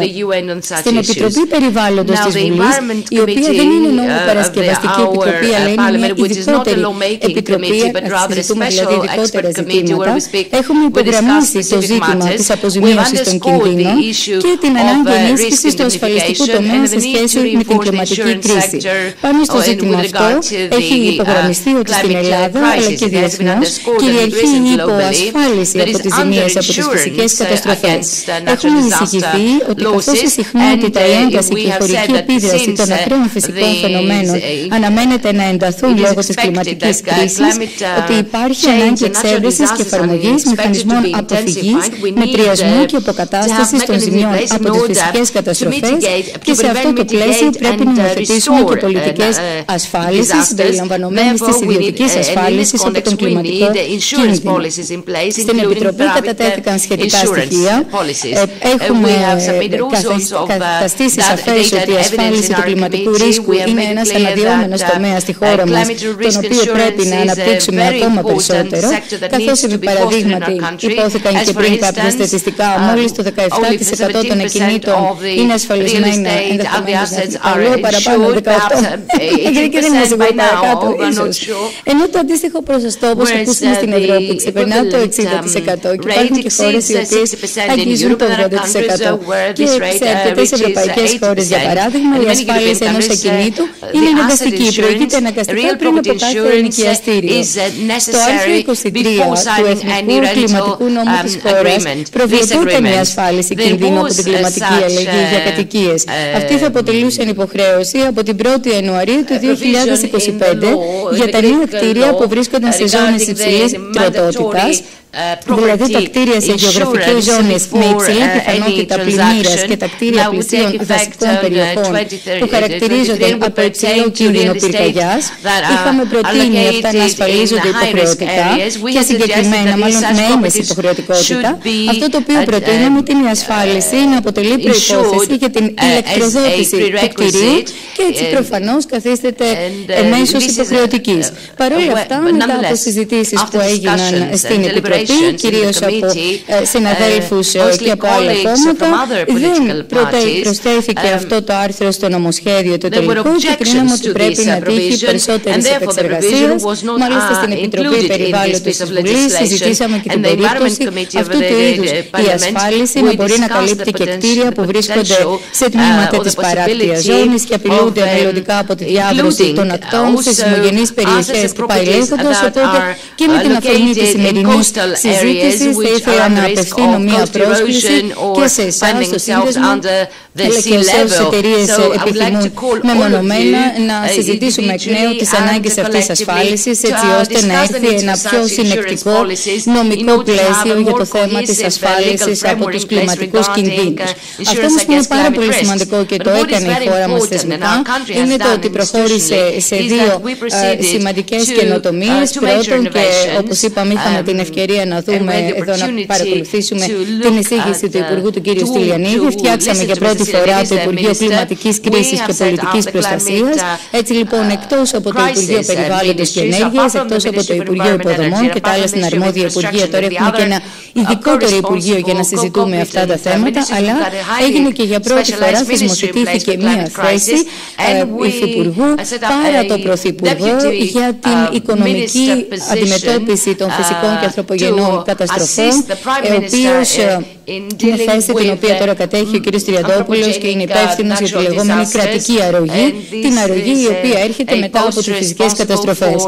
Και σίγουρα ευελπιστούμε να έχουμε παραπάνω τη συνδρομή του ιδιωτικού τομέα, διότι όπως είπαμε, μόνο τα χρήματα του εθνικού προϋπολογισμού και τα χρήματα της Ευρωπαϊκής Ένωσης που δίνει κατ' εξαίρεση και προϋποθέσεις για την αντιμετώπιση των κλιματικών και άλλων κινδύνων δεν επαρκούν. Αλλά εκτός από το ρόλο, τον πολύ σημαντικό ρόλο των ασφαλιστικών εταιριών στην ασφάλιση κινδύνου από τις κλιματικές αλλαγές και στη συνέχεια στην στήριξη της ανοικοδόμησης μετά από μια επερχόμενη ανθρωπογενή και φυσική καταστροφή, είναι πάρα πολύ σημαντική και η συμβολή των ασφαλιστικών εταιριών ως θεσμικούς χρηματοδότες, ως χρηματοδότες, για να μπορέσουμε να ενισχύσουμε ακόμα περισσότερο τις λεγόμενες πράσινες επενδύσεις. Διότι τόσο διεθνώς, όπως είπαμε, κυρίως από το 2015, λίγο πριν, λίγο μετά, σε παγκόσμιο επίπεδο έχουμε δώσει ιδιαίτερη έμφαση στα νέα χρήματα τα οποία χρειαζόμαστε για να υλοποιήσουμε τα περιβαλλοντικά μας προγράμματα, όχι μόνο τη θωράκιση από την κλιματική κρίση, αλλά και εν γέννη τα περιβαλλοντικά προγράμματα όπως τη διαχείριση των αποβλήτων, την παραγωγή ανανεώσιμων πηγών ενέργειας και πάει λέγοντας. Για αυτά τα προγράμματα χρειαζόμαστε παραπάνω χρηματοδοτήσεις. Έτσι λοιπόν υπάρχει τώρα μια διεθνή στάση.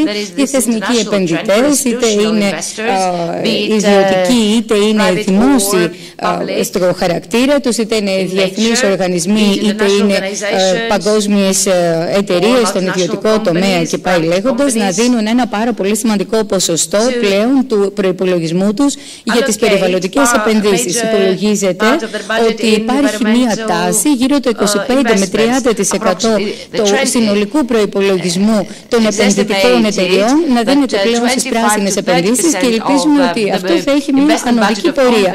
Σε αυτή ακριβώς την διεθνή πρωτοβουλία εμπίπτει και μεγάλο ποσοστό των ασφαλιστικών εταιριών, οι οποίες τόσο οι ίδιες με δική τους επιλογή δίνουν χρηματοδότηση επιπλέον στις περιβαλλοντικές και κλιματικές επενδύσεις, όσο και παρενούν τους επενδυτές τους, τους ασφαλιζόμενους στις επιλογές του χαρτοφυλακίου όταν έχουν την δυνατότητα επιλογών να επιλέξουν περιβαλλοντικά ευαίσθητες και βέβαια και κοινωνικά ευαίσθητες επενδύσεις. Έτσι λοιπόν είναι πάρα πολύ σημαντικός ο ρόλος των ασφαλιστικών εταιριών στην εμπέθωση και στην προστασία του κλίματος.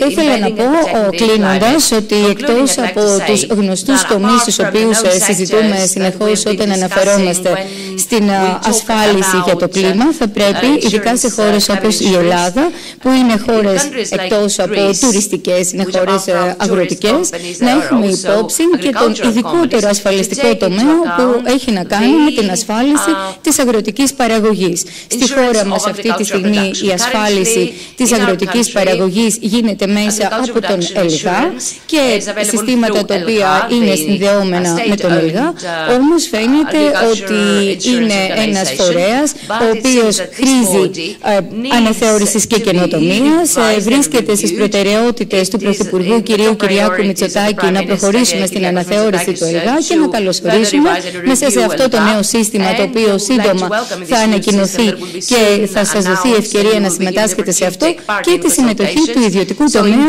για την ανασφάλιση της αγροτικής παραγωγής. Έχουμε μια πολύ όμορφη χώρα την οποία πρέπει να προστατεύσουμε. Σας ευχαριστώ πολύ και πάλι για ό,τι κάνετε σήμερα και στο μέλλον.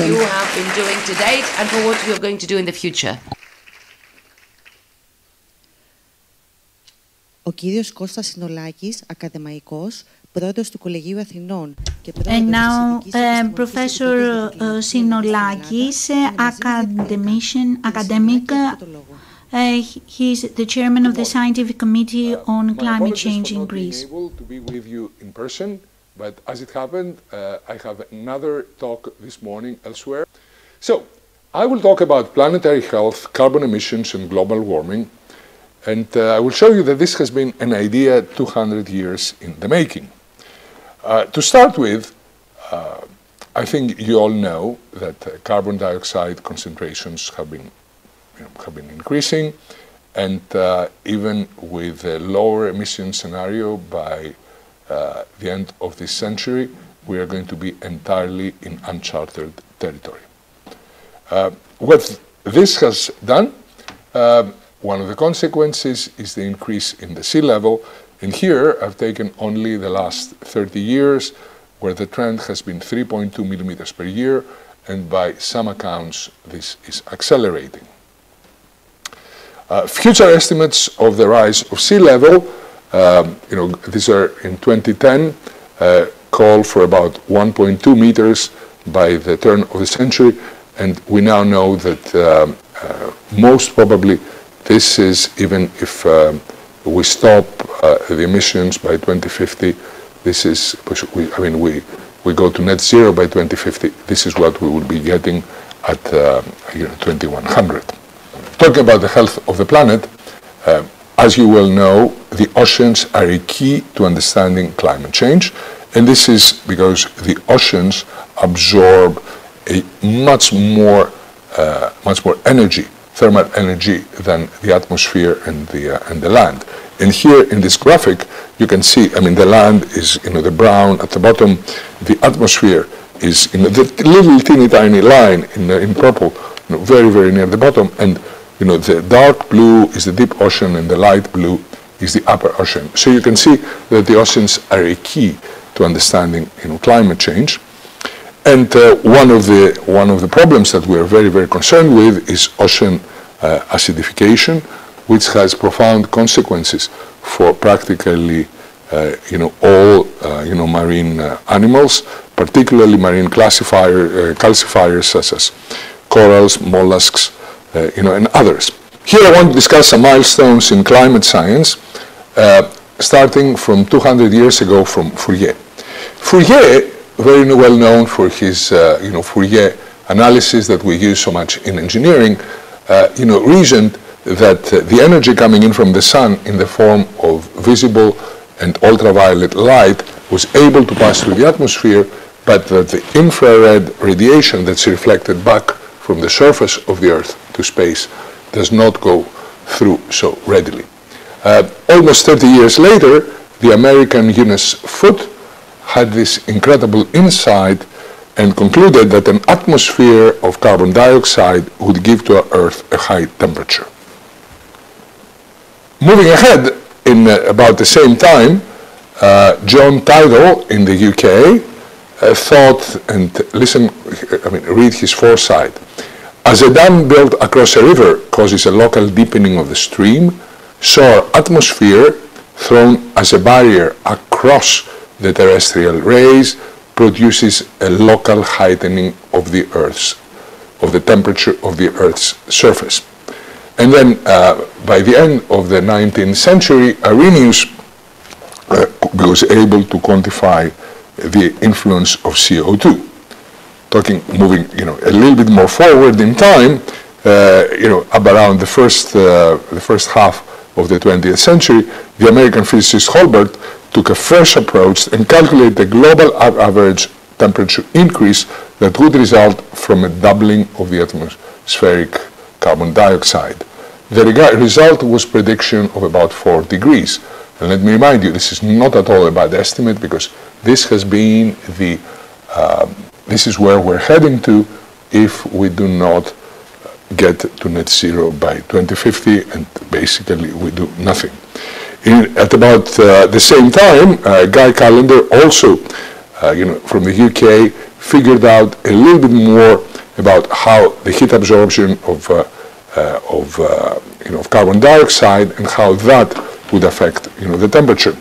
Moving ahead, of course, the most significant advance in the last century was the Keeling curve, and here is on the top is Keeling getting the National Medal of Science from President George Bush, and this is the famous Keeling curve, which shows us that from 1960. This is the Keeling curve actually starting from 1985, but Keeling did his work in the 1950s, how the carbon dioxide concentrations keep increasing, and you're going to see a little wiggle, and this has to do with how the seasonal variation between winter and summer. At the same time, you're also going to see the increase in the methane concentrations, and on the other side of the methane is a very potent greenhouse gas, and on the other side you're going to see the rate of increase, which is very, very important. And you see, not only is the concentrations of carbon dioxide increasing, but the rate of increase of the concentrations, that's also increasing. Now, after Keeling, back in 1972, a very significant idea that came in was the limit to growth. A group of MIT professors who were commissioned by the so-called Club of Rome, which was like a think tank, and they figured out that the world could not possibly, keep on growing, with population growth and material production, and stay within the planetary limits. And they concluded that it would take about 50 to 100 years to reach these planetary limits, and we are a little bit past the 50. In fact, 1972 to now, we are on the 50-year mark, and their prediction, unfortunately, was correct. We reached our planetary limits and we have to go back. Now, what is the worst scenario, talking about the planetary health, and why is it important to us? Let's look at Venus. In the 1980s, measurements from the NASA Pioneer mission first suggested that Venus might have had an ocean. In the planet's early stages, the ocean evaporated and water vapor molecules were broken apart by ultraviolet radiation, and hydrogen escaped. With no water left on the surface, carbon dioxide levels started building up in the atmosphere, and this led to a runaway greenhouse effect. What is the consequence? Right now, the Venus has a carbon dioxide atmosphere that's almost 90 times as thick as the Earth's. There is no water vapor, and the temperature is 462 degrees Celsius. That is a very bad scenario for the Earth. So, why to worry about climate change, even if we take this extreme scenario out? Because in our past, we know of how extreme events have affected life on Earth. And what we're particularly concerned with is planetary tipping points. Tipping point is where an extreme event takes place and then the life on Earth changes. And this happened 66 million years ago in the Chicxulub impact. So, why are we acting so slowly? The way we perceive extreme events, their mitigation and adaptation, depends on the interactions of reality, the scientific world, public opinion, and the world of government, business, and finance. And here I have portrayed this as 4 different clocks. Time, exactly at 12, this is the time that a natural event or an extreme event happens. It takes a while for the public, for the scientific world, to try to understand what just happened. Then it takes a while longer for public opinion to get together or try to understand what the scientists are saying. Unfortunately, the slower of them all is the governmental, business, and finance response, which after they see what the scientists say, what the public opinion is, it is only then that they decide they need to take action. And this is where we are now. I mean, science has already, for 200 years now, ringing the bells about planetary health. We have all the information that we need. Public opinion is with us and has come there. And finally, we're at the point where government, business, and in this particular case, the insurance industry, which, by the way, has done its part, need to act.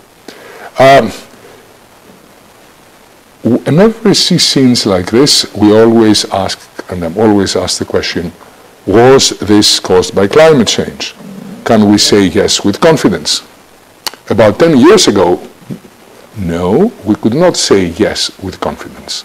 I think now we're at the point that we can associate most extreme events that we see with climate change, particularly events that have to do with flooding. And here is one explanation. Warmer air holds more water. For each degree change in temperature at the atmosphere warms, it can hold up to 7% more water vapor that could fall as rain. And I mean, here you see a graphic that explains this. What is the consequence of this? The consequence of this, and we have data in terms of what happens in the United States, this is for billion-dollar disasters adjusted for the consumer price index. And you can see the increase in the last 40 years from 1980, in terms of different disasters. In 2021 alone, I mean last year alone, this is the distribution of billion-dollar disasters, weather and climate disasters in the United States. And just in 2021, there were 20 weather and climate-related disasters with losses exceeding 1 billion, affecting different areas in the United States, Here, there is a different breakdown going in from 1980 to 2021, that you can see how many events were in drought, flooding, freeze, severe storms, tropical cyclones, wildfires, winter storms, and all disasters. And one part that you can see that is really alarming is not just the economic cost, but it's also the deaths per year, which have been climbing. Looking now, at different periods. If you look at the period of the 90s, 1980, the 80s, 1980 to the 1989, 1990 to 1999. If you look at the, compare 4 different decades, and this is, the top of the chart that you can see it. I mean, you can tell that particularly in the last decade, the death rate from disasters has started climbing up, rapidly. And you can see this also what happens in the last 5 years and also what has happened in the last year. So this is something that should be of great concern. It is not just the financial losses.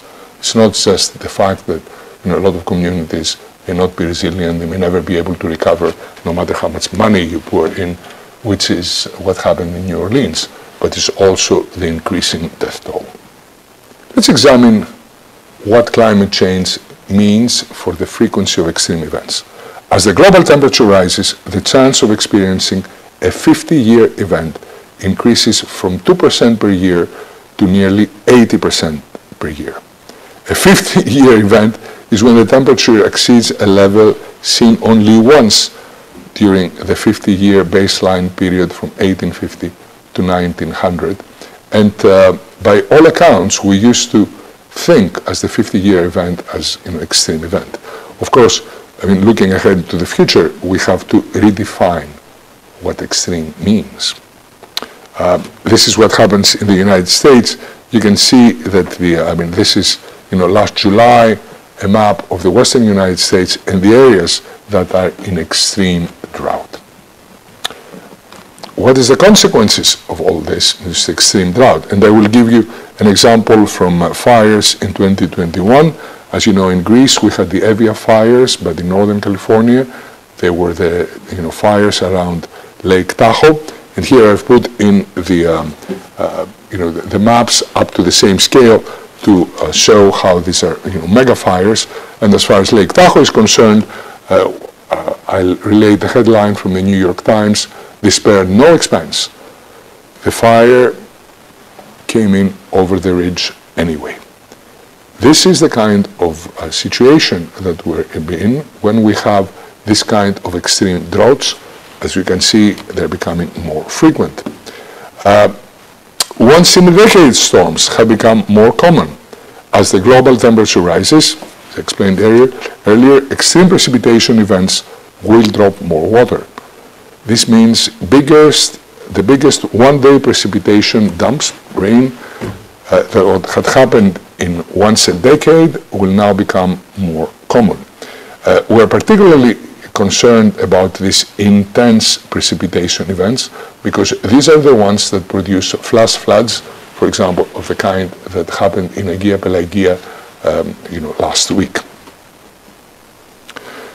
In terms of hurricanes, which are really these huge storms, in 2005, Kerry Emanuel proposed the Power Dissipation Index as a measure of the hurricanes or tropical cyclones intensity in the North Atlantic, and he compared the intensity of the hurricane to the average sea temperature.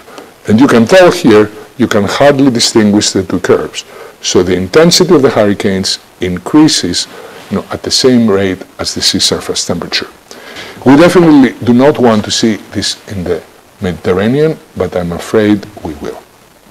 One of the things that we worry more about is that hurricanes now, when they move slower, they can dump more rain.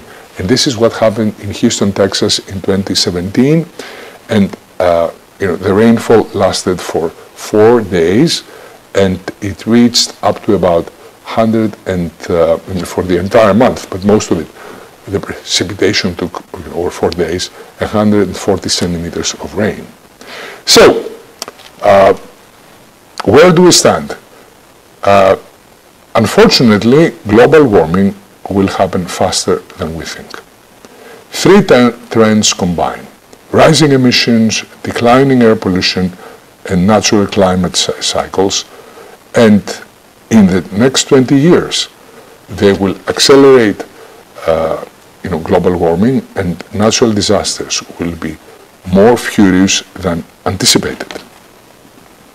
The world has set a goal in the Paris Climate Agreement to limit warming to 1.5 degrees Celsius compared to pre-industrial levels. According to Jeffrey Sachs, to go higher than 1.5 degrees would jeopardize life on the planet, with a potential multi-meter rise in sea level, the collapse of critical ecosystems, the release of methane from thawing permafrost, possibly triggering runaway global warming. The world is on a trajectory to a catastrophic 2.7 increase in global temperatures by 2100. A very basic idea is that climate has tipping points. And tipping points, just to give you some examples from our technological world, is what happened with the Korean ferry that took a turn in calm weather, capsized, over 300 school kids died. The Malaysian Flight 370 that we're still looking disappeared in 2014, and the fiasco in 2019 with the Boeing 737 MAX, or more close to us with what happened with the pandemic. Insurance industry has played and can play a pivotal role in getting humanity to limit its excesses and lead us to sustainable growth. Thank you.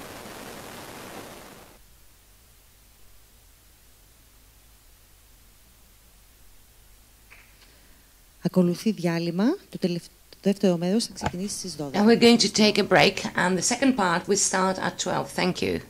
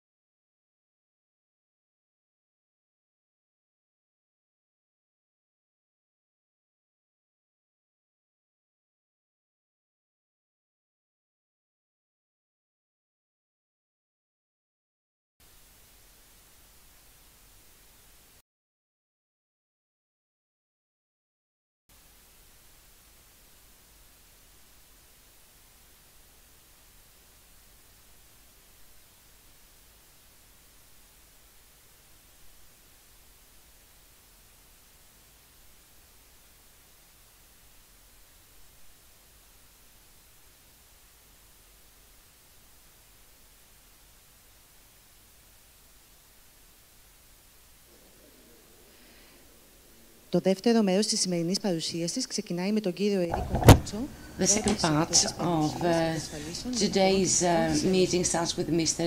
Dimitris Machos, Chairman of Property Reinsurance, Cargo and Health Committee. Good afternoon. This part will be in English. So good afternoon, ladies and gentlemen. Following the very interesting session this morning, I have the great pleasure to coordinate this second session. We will listen from experts from within the insurance industry, but also from experts who are close to the insurance industry, as to how we can build a more sustainable insurance industry. We know that insurance has accompanied societies and economies in growing better. By assuming the risks that people and businesses create through their activities, we allow them to test new ideas, to innovate, to grow, and as a matter of fact, as insurers, we are supporting growth and well-being. The same applies for sustainability. A more sustainable insurance industry will, by definition, lead to a more sustainable society. So we have the great pleasure to have with us today experts in the field who will share their views. We will start with and listen to Professor Philippe Koudouris, and then we will have a discussion with our panel speakers who are here physically or remotely from other places. So let me please introduce to you Professor Koudouris. I always struggle with Phoebe's CV. I'll try, and I asked for a very short CV this time. So Mrs. Koudouris is a PhD from the University of Cambridge. She's a professor of the School of Economics of the Athens University of Economic and Business. She is a professor at the Department of Technology, Management and Economics of the Technical University of Denmark. She's a director of a Sustainable Development Unit, Athena, Information Technologies Research Center. She's the president of the European Association of Environmental and Research Economists. She chairs the SDSN, the Sustainable Development Solutions Network. She co-chairs the SDSN Europe and Greece, chairs the Alliance of Excellence for Research and Innovation on Euphoria. Mrs. Koudouris is listed in the official Stanford University list of the top 2% most cited world scientists. She's a European Research Council grantee, member of the Nobel Prize in Economics Nominating Committee, elected fellow of Academia Europe, and elected fellow and trustee of the World Academy of Arts and Science. That's not my fault, Phoebe. Floor is yours. Yeah, my team. So if I can have the presentation, this is not the first slide. Can we go to the first slide, please? So I'm always very happy to be at this conference every year. I think it's the third or fourth time that I am with you today. Can we go to the very first slide? Can you go out of the presentation and go to the very first slide? And I am happy to be here because the industry of insurance is extremely important to what we try to do. And what we try to do is simultaneously handle the various challenges that we are facing in one common framework in order to save our wealth and our existence within that world through the sustainability transition. So this is an important industry, a very crucial stakeholder, and this forum here is one of the best forums in terms of speakers, in terms of participants, and in terms of audience. So I'm always happy to speak here because I hope it will have an impact. So if somebody tries to figure out what stage we are at the economic development globally, we would say that we are facing multiple very severe crises.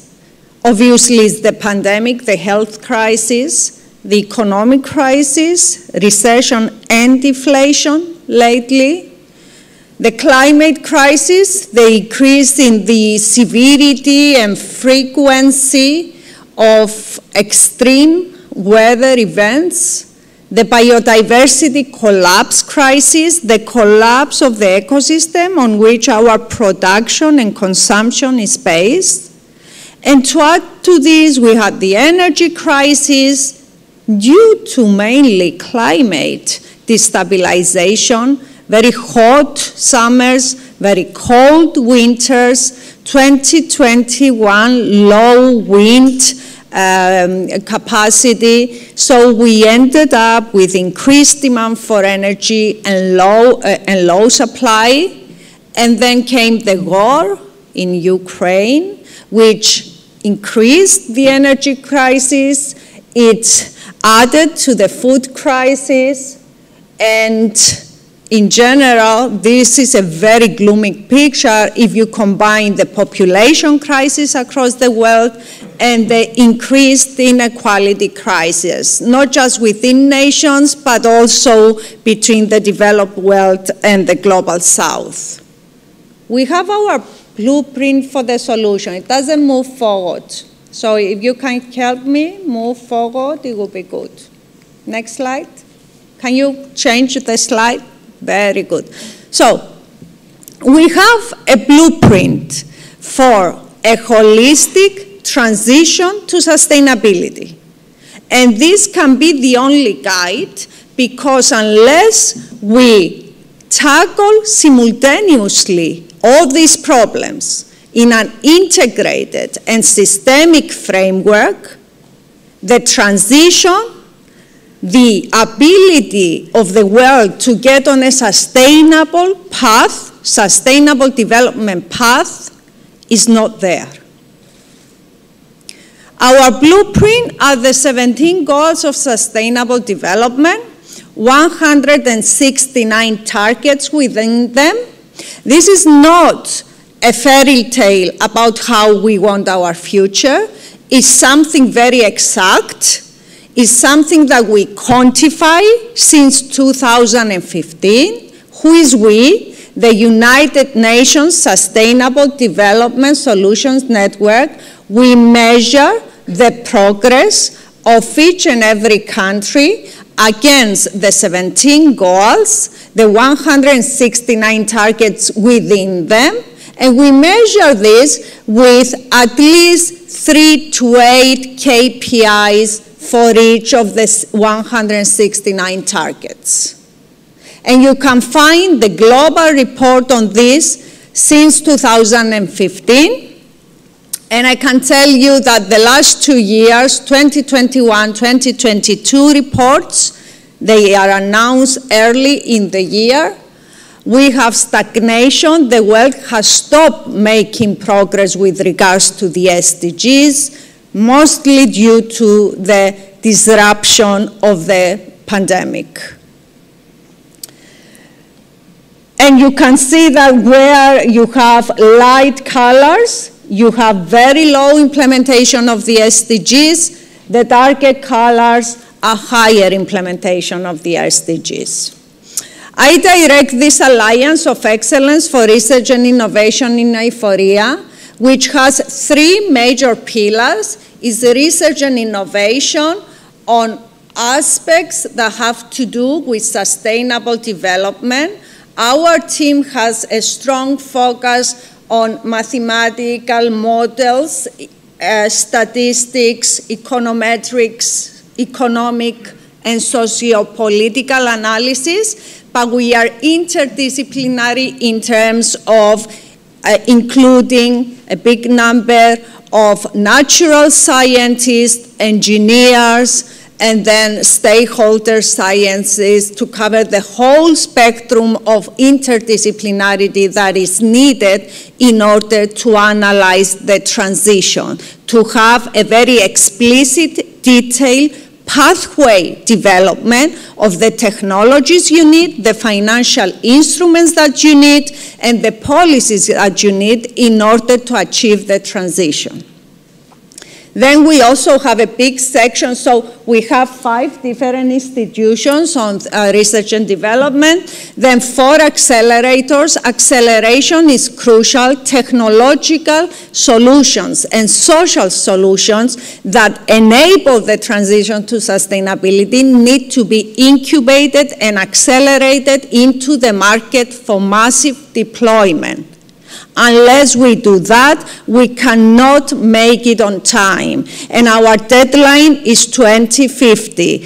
And in order to make the 2050 deadline with regards to goals that have to do with climate, that have to do with biodiversity, that have to do with socioeconomic development, we need to massively deploy the technology that we have in our hands. We are lucky in a way because now that we've reached tipping points on many of these targets, the technological advancement is in such a pace that allows us to be hopeful.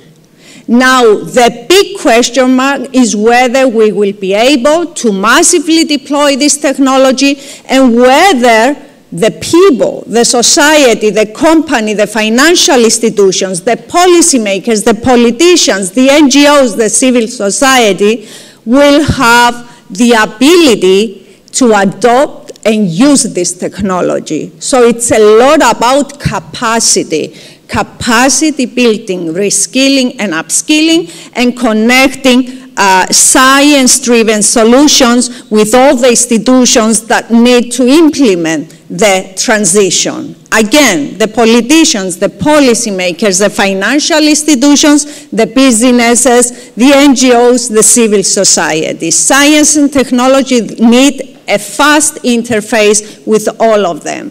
And then, of course, as it's obvious, we work a lot with global and European institutions that try to build these interfaces with all these different stakeholders.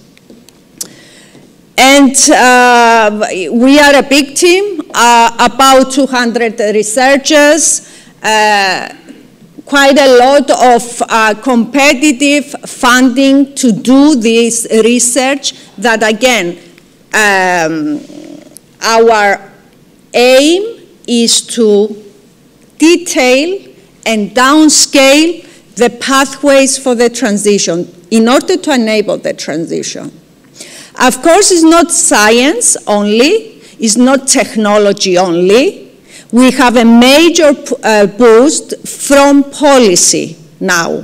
At the moment, we have the SDGs, we have the Paris Agreement, which is well below 2 degrees. We need to keep the increase in global average temperature well below 2 degrees. But now we know, based on the 2018 IPCC report, that we are talking about 1.5%. We don't have the technology to live in a world of plus 2 degrees Celsius compared to the temperature in pre-industrial era.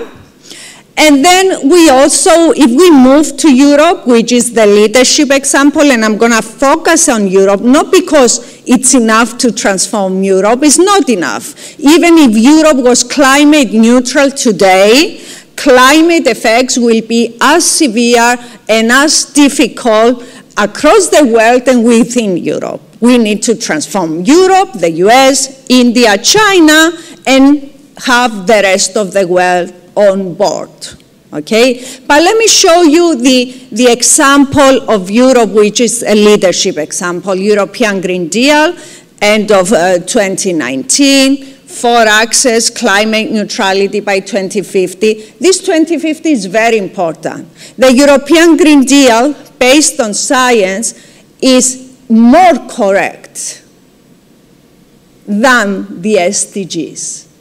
It is impossible to become climate neutral by 2030. But 2050 is possible. And the deadline should be 2050.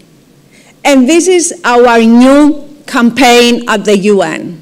We need to stick to the same goals because now the goals have become integrated in many national policies across the world. We know they work. We know they can be understood. We know they can be operationalized. Let's keep them like they are. Let's not change them. And let's go for 2050 with the same agenda. European Green Deal then, for access, climate neutrality 2050, reduction of pollution and protection of biodiversity, clean tech leadership for European companies, and social cohesion, leave no one behind. And we had 1 trillion for this to happen, some of it coming from the EU budget, and a lot of it hoped to be leveraged by public-private partnerships. 2020, early, we have the announcement of COVID, but the good news is that we remained, even after this huge non-linearity of COVID, we remained within the principles of the European Green Deal. The European Green Deal is still our growth strategy.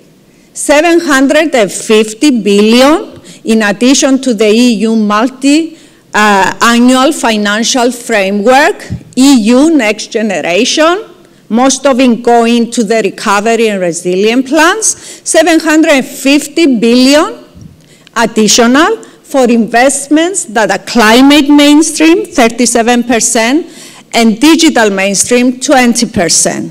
Climate mainstream means I invest in renewables, circular economy, biodiversity restoration and protection, and e-mobility. And digital mainstream means I invest in digital skills, connectivity, cybersecurity, and I deploy cutting-edge technologies. And if you're talking to your to the labor force, to your employees, these are the skills that they need to acquire. These are the skills that you need to invest so that they can acquire. For each sector of the economy, they transform into different skills, but these are the areas. These are the areas of future employment, a future starting from tomorrow. Then in 2021, we have again a very hectic, we call it the perfect storm in Brussels, a very hectic detailing of the European Green Deal. We have the climate law, it has been referred to. Greece has transposed it into a national law. We have the EU taxonomy. The EU taxonomy addresses financial institutions and identifies explicitly which are the green investments. These are investments that have to do with climate adaptation, mitigation, protection of water and marine resources, protection of biodiversity, and of course, circular economy. And then this attempt to divert the flow of capital to these investments in order to call them green and give them good loan conditions are also further enabled through the sustainability, the Corporate Sustainability Directive. Because the Corporate Sustainability Directive now gives you exact information on what information you need to include in your sustainability report. So it's the end of the era of kindergarten sustainability reports.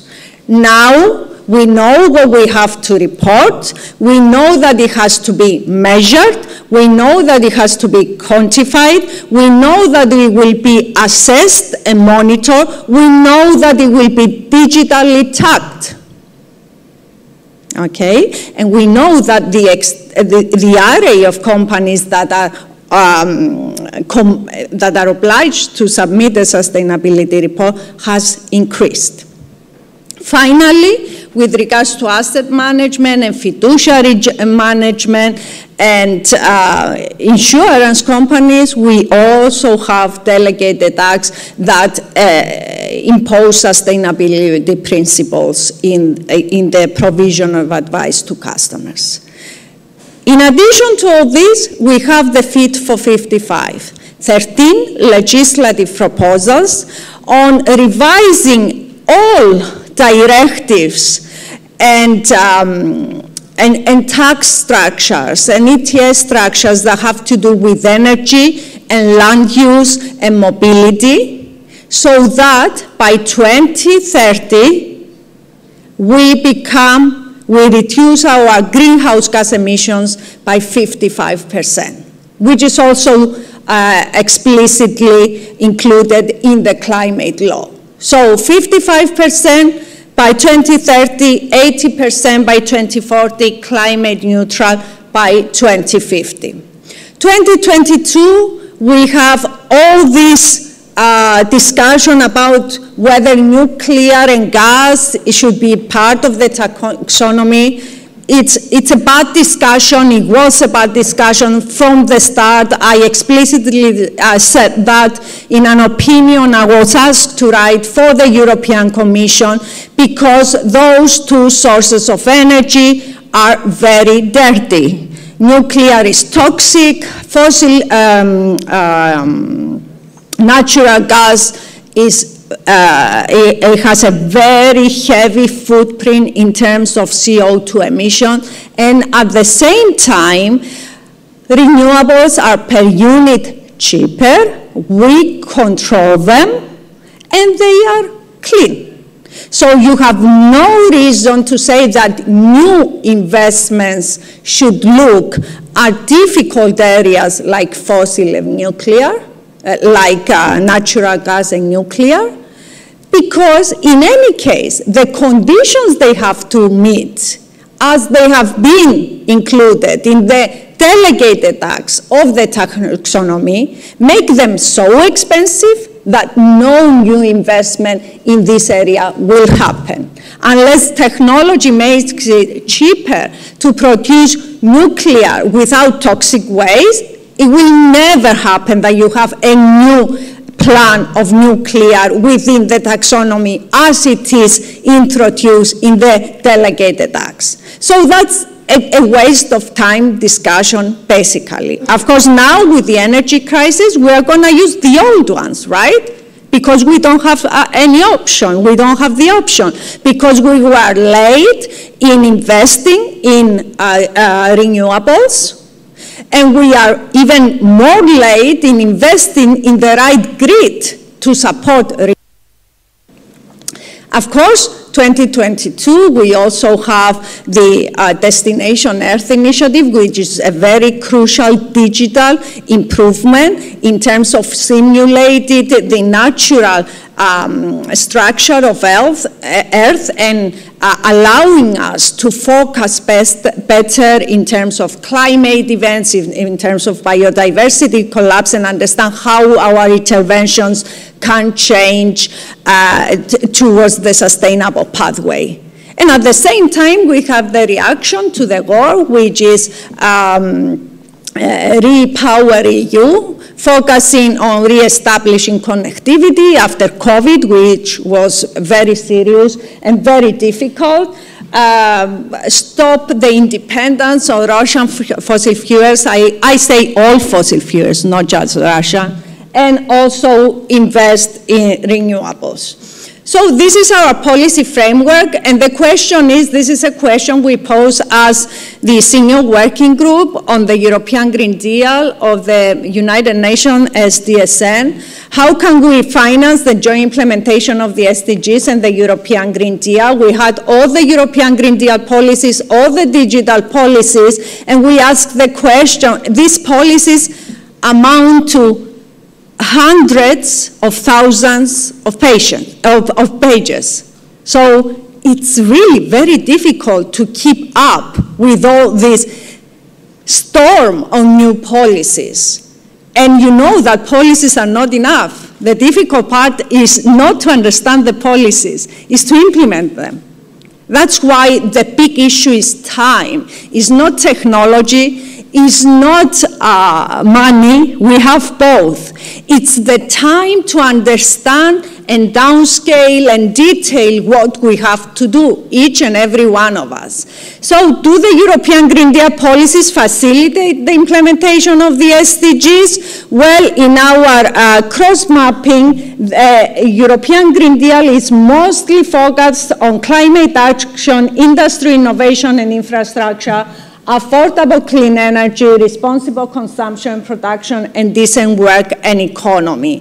And if you try to put this in an operational framework, this we presented in 2019 at the UN General Assembly. This is the way to operationalize at the government level the 17 SDGs. And they can be operationalized in 6 transformations that directly relate to explicit ministries within the governments. The transformation about education, health, decarbonization, sustainable food, land, water, and oceans, sustainable cities and communities, and the digital revolution for sustainable development. And if you put the European Green Deal in this framework, you will see that it is quite strong. These are the results of a machine learning exercise using deep neural network. The European Green Deal is very strong with regards to transformation 4 on sustainable food, land, water, and oceans, and 3 on decarbonization, but it's less strong on the digital transformation and is weak with regards to social cohesion, education, health, well-being, and demography. And without social cohesion, you cannot achieve transformation. You need everybody enabled to be part of the transformation. Does the European semester process facilitate the implementation of the SDGs? The answer is yes. And we have done an exercise of cross-mapping the recommendations of the semester process with the areas where countries have low performance, and we find that really SDG low performance calls for a recommendation from the European semester process. So the European Union sees where the problem is and tells the country you need to invest more in this area in order to align with the European average. And this happens, we've done the analysis for all the countries in Europe, and this happened at the 72%. The European semester process identified the difficulties that are already identified, within the low performance with regards to the SDGs. Do the RFFs tackle the problems with regards to the SDGs? Did the investments of the recovery and resilience plans focus in the areas where we have low SDG performance? Well, the answer, we've done the analysis for the 7 Southern European countries, and the answer is the RFFs tackle SDGs problem, but not efficiently, because most of the RFF money go to energy decarbonization, electrification of transport, and energy efficiency measures, whereas the lowest performance is with regards to food systems, biodiversity goals, diets, and health. So better alignment with the SDGs would be more efficient, and maybe an indication that additional cohesion fund should be invested there in the biodiversity and food systems and diets. Sustainable finance, now going closer to the financial sector. One of the biggest issues that got us where we are today is that in our cost-benefit analysis to identify which investments are worth the trouble, we only included the value of produced capital. However, produced capital is only a small proportion of the capital that we use in each and every investment possible. The biggest proportion of capital in terms of its value, which is defined by its scarcity and the demand for it, is natural capital. then is human capital, and then is produced capital. And for centuries, we've been identifying and prioritizing our investments by only looking at produced capital, because it's easy, because it's quantified in the market, because we have a monetized value. However, the last few decades, as economists, environmental and natural resource economists, I am honored to lead the European Association of those, which is the biggest in the world, with 85 countries and more than 2,000 institutional members. We have found ways to quantify the effect of different investments on ecosystem services, provisioning regulated habitat services, and monetize that effect. So you know what is the monetary value of the natural capital you are using. And in our latest report about the European Green Deal in Europe, we monetize different ecosystem services for terrestrial, marine, and freshwater ecosystems for the 14 biogeographical and marine regions of Europe. And we find per household how much they are willing to pay in monetary value for unit changes in the different ecosystem services of the different ecosystems. And not only we do that, but we do that per country. And we also identify the correlation between the performance with regards to the nature-based SDGs, climate, marine, land use, and the willingness to pay for conserving ecosystem services. And obviously, these two are highly correlated. So the countries that are experiencing less climate effect, less effect from inefficient land use, less effect from destroyed marine biodiversity, are the countries that their people, not just industries and financial institutions and government, the people are aware and willing to pay of the value of natural capital. And this is what we economists call internalization of externalities. If we internalize the externalities, the natural and the social externalities of this world, we would have been on a sustained pathway since day one. So this is what we are doing wrong, and this is what we need to fix. And we should fix this starting from the financial system that sends the signal about the scarcity of the different resources that we use.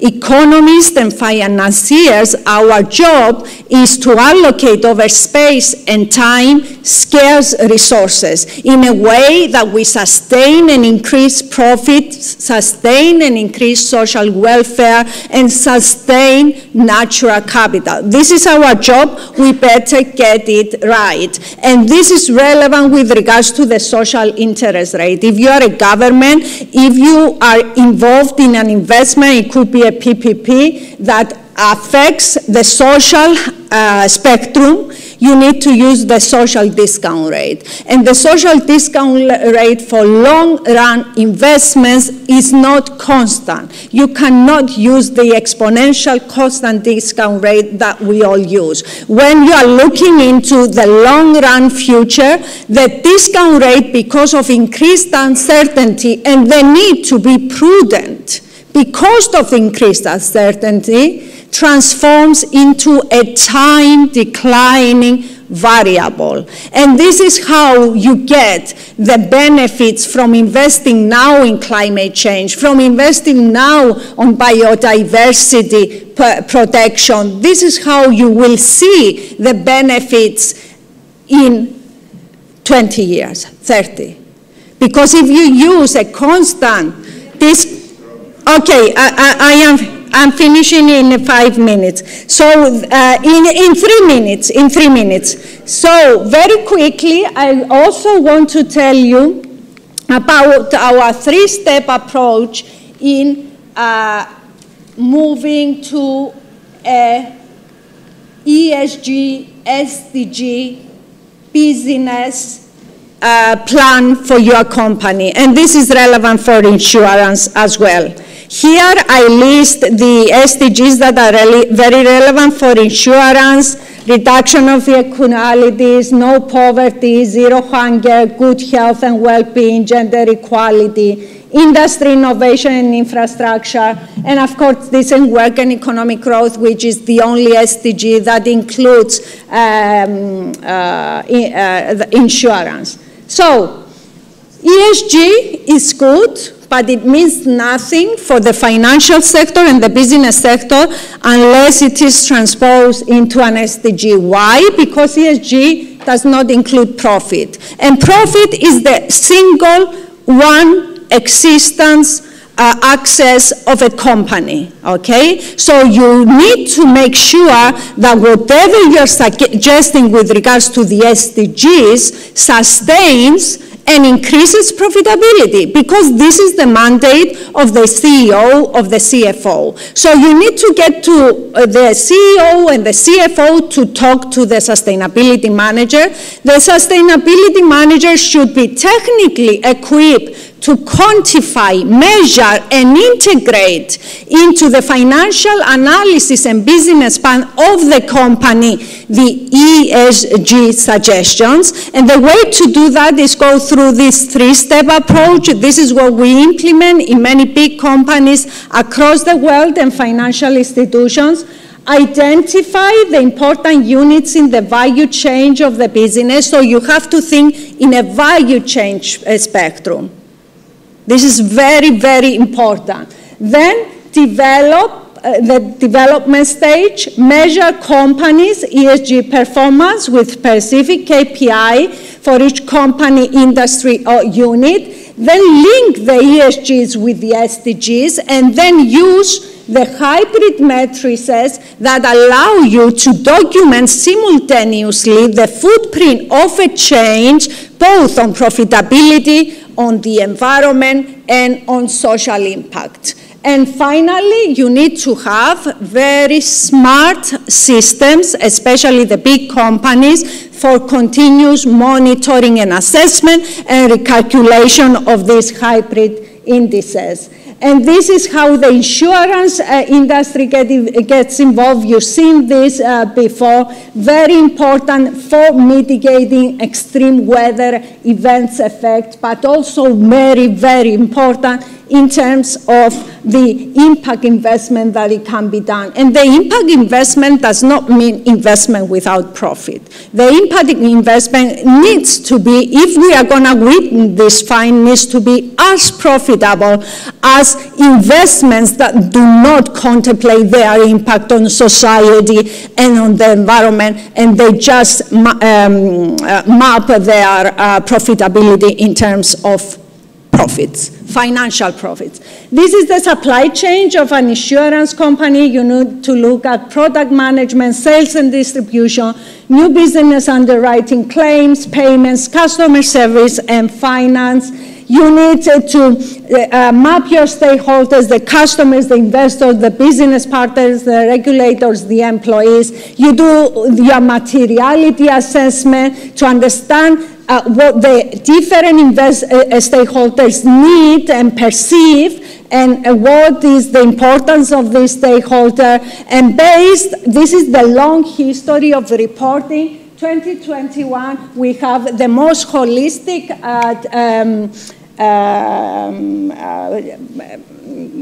structure of the reporting. We need to do the Corporate Sustainability Reporting Directive, and you need KPIs for the economic, financial, environmental, social, and governance ratings, and you need to be quite explicit in terms of how you measure the different KPIs, how they connect to the different ESGs, and finally, the details I will skip, constructing your company a real platform that can be updated in real time with quantifiable and continuously monitor KPIs that connect financial, social, and environmental responsibility. And these are just slides with snapshots of our tools that do exactly that. And at the end of the day, you can identify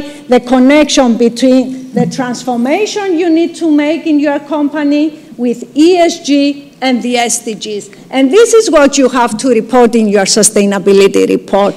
And you can actually measure exactly in quantified and monetized terms the difference, the gap between where you are going, and what more you need in order to reach the targets. Tell yourself, unless you quantify and monetize, nothing will happen. Please invest seriously in that. Sustainability transition is not CSR, it's something that will identify in front of your eyes the wealth of opportunities for profitable investments in your business. Those who are most innovative and invest faster will be the ones that will gain the market. Thank you for your patience.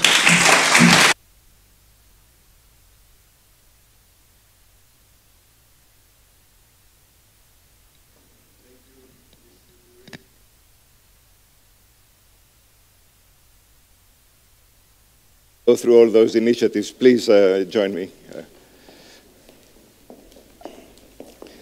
Right, so we may have to interrupt the discussion because we have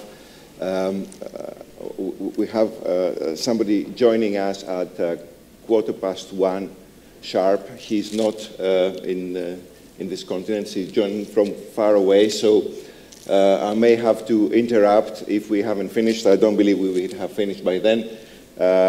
Listen to Mr. Papalexopoulos and then perhaps resume if that's okay with you. Sorry for that, but you know there were so many interesting things we heard this morning and early afternoon, so we are running a bit out of behind schedule. So let me please just introduce you our panelists. Two are here, three are remote.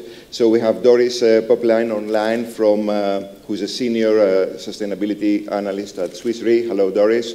We have Kai Schantz, who's the deputy managing director at the Geneva Association and head of research and foresight.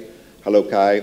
We have Flavia Michilota, who is a sustainability advisor with EIOPA. Hello, Flavia. And here with me, Doran Donakaki, who is the director of Bank of Greece Climate Change and Sustainability Center, and Philippe Angelis, who joined us from Insurance Europe. He's a senior policy advisor. We'll discuss a little bit how, in practical terms, we can make insurance sustainable. So I would like to start with Doris. Doris, to ask you, perhaps to say that from what we heard this morning, sustainability is probably the most important long-term topic that insurance industry is facing currently. It is also a very complex topic, as companies will have to change a lot of the things they have been doing until now. Would you like to give us your perspective on what sustainability in underwriting really means? And if you can also tell us how can we embrace inclusion, because we heard it's perhaps easier to exclude risks, it's much more difficult to include risks in our portfolio, but this is the way we should be going. If you give us some examples of how to embrace inclusion rather than simply relying on solving the problem through excluding risks. Doris. Yeah, absolutely. Can you hear me well? Yes, we can. And can you see the slides? We can. Okay, perfect. Thank you very much. So thank you very much for inviting me to participate in this great panel. I'm happy to share some thoughts about how we as a reinsurer look at sustainability in underwriting. First, let's quickly remind ourselves what we understand with sustainability. Is so similar to what we heard already during the day. We are thinking about sustainability as the need to meet the needs of the present, so our generation, but also the future generations. And how we do that and how we implement this is according to the ESG criteria, which we just heard about it. So we try to consider really this ESG lens in all what we do. So meaning, for example, investing, as underwriters, as sourcing for our own business. And with this, we also combine the sustainability development goals. So these 17 goals, which we heard already about it, taken place or named in 2015. So we are kind of like looking at these 17 goals, and we are looking at what we do as a reinsurer, and then we think like, okay, where are we doing some harm to these goals? And then we try to stop and reduce that. And on the other side as well, we are doing something good. Where are we kind of fostering, enhancing these goals? And then we try to do more of that.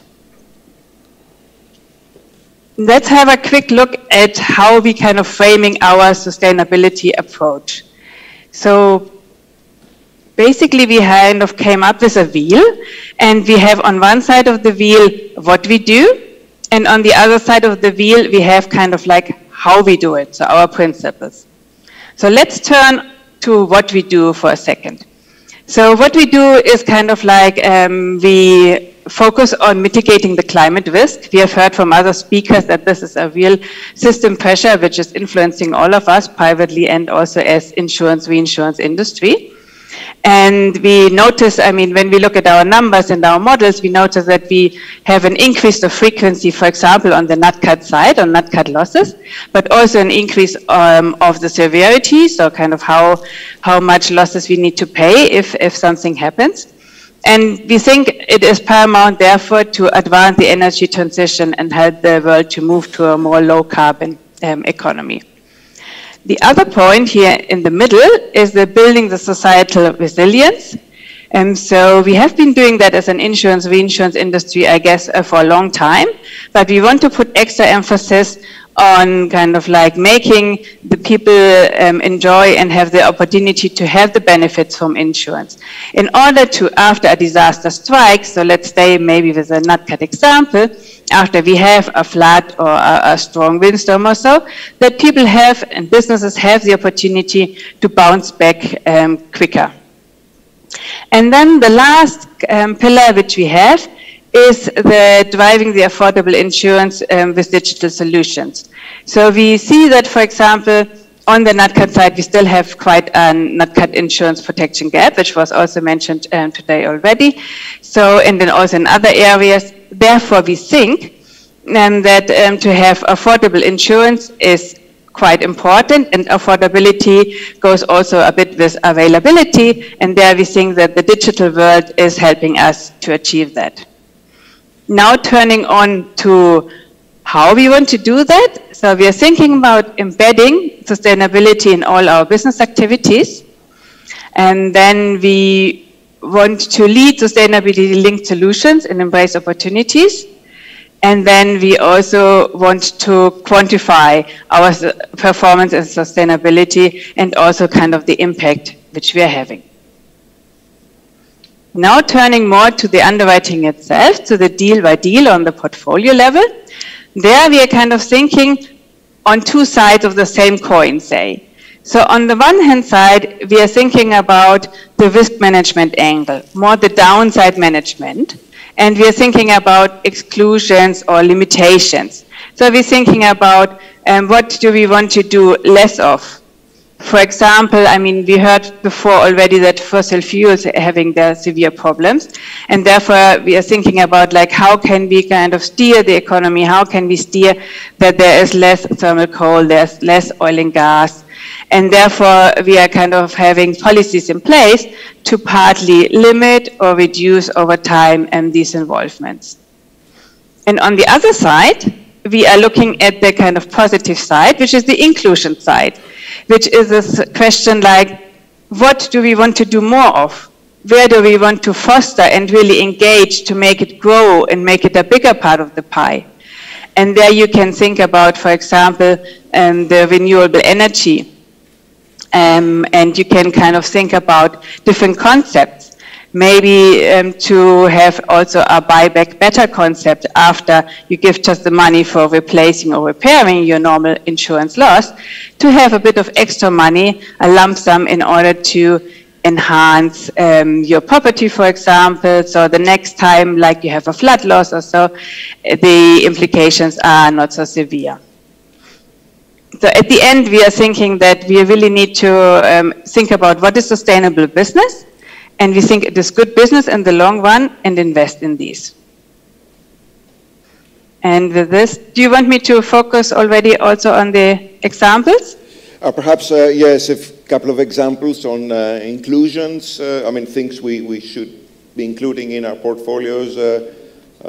Sure. Okay.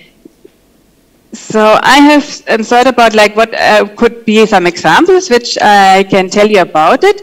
So you, for example, we have everything which is helping for the natural catastrophe protection gap. To lower this one, because we heard it before, and in many European countries it's even still very big. And also what is really worrying is, rather than getting smaller and smaller, so meaning more and more people are benefiting from insurance, it stays pretty similar. So we are not very successful yet, and we need to foster here our efforts. And then we have some resilience programs which we can kind of like put in place or help and support. So I'm thinking about some, for example, national flood programs. You could think about the UK example with Flood V, which was put in place a couple of years ago to cover really the worst anti-selected flood portfolios, so kind of household, apartments, houses. They also have made possible these Build Back Better, which I just mentioned, interesting and new concept. Then you can think about also what can I do pre and post event in respect of nature-based solutions. So for example, you can think about mangroves protecting the seashore from hurricanes and strong winds. How can I protect these? Or if they get damaged to something, how can I kind of like make sure that they get restored and have their function again in the future? Then you can think about what can we do to enable society to transition. So for example, you have things like investing in renewable energy, or kind of explore the farming carbon concepts. And last but not least, what I want to mention is also all the industry alliances. We have heard during the day so far, there are lots of agreements, groups, alliances which formed in the past years or even longer.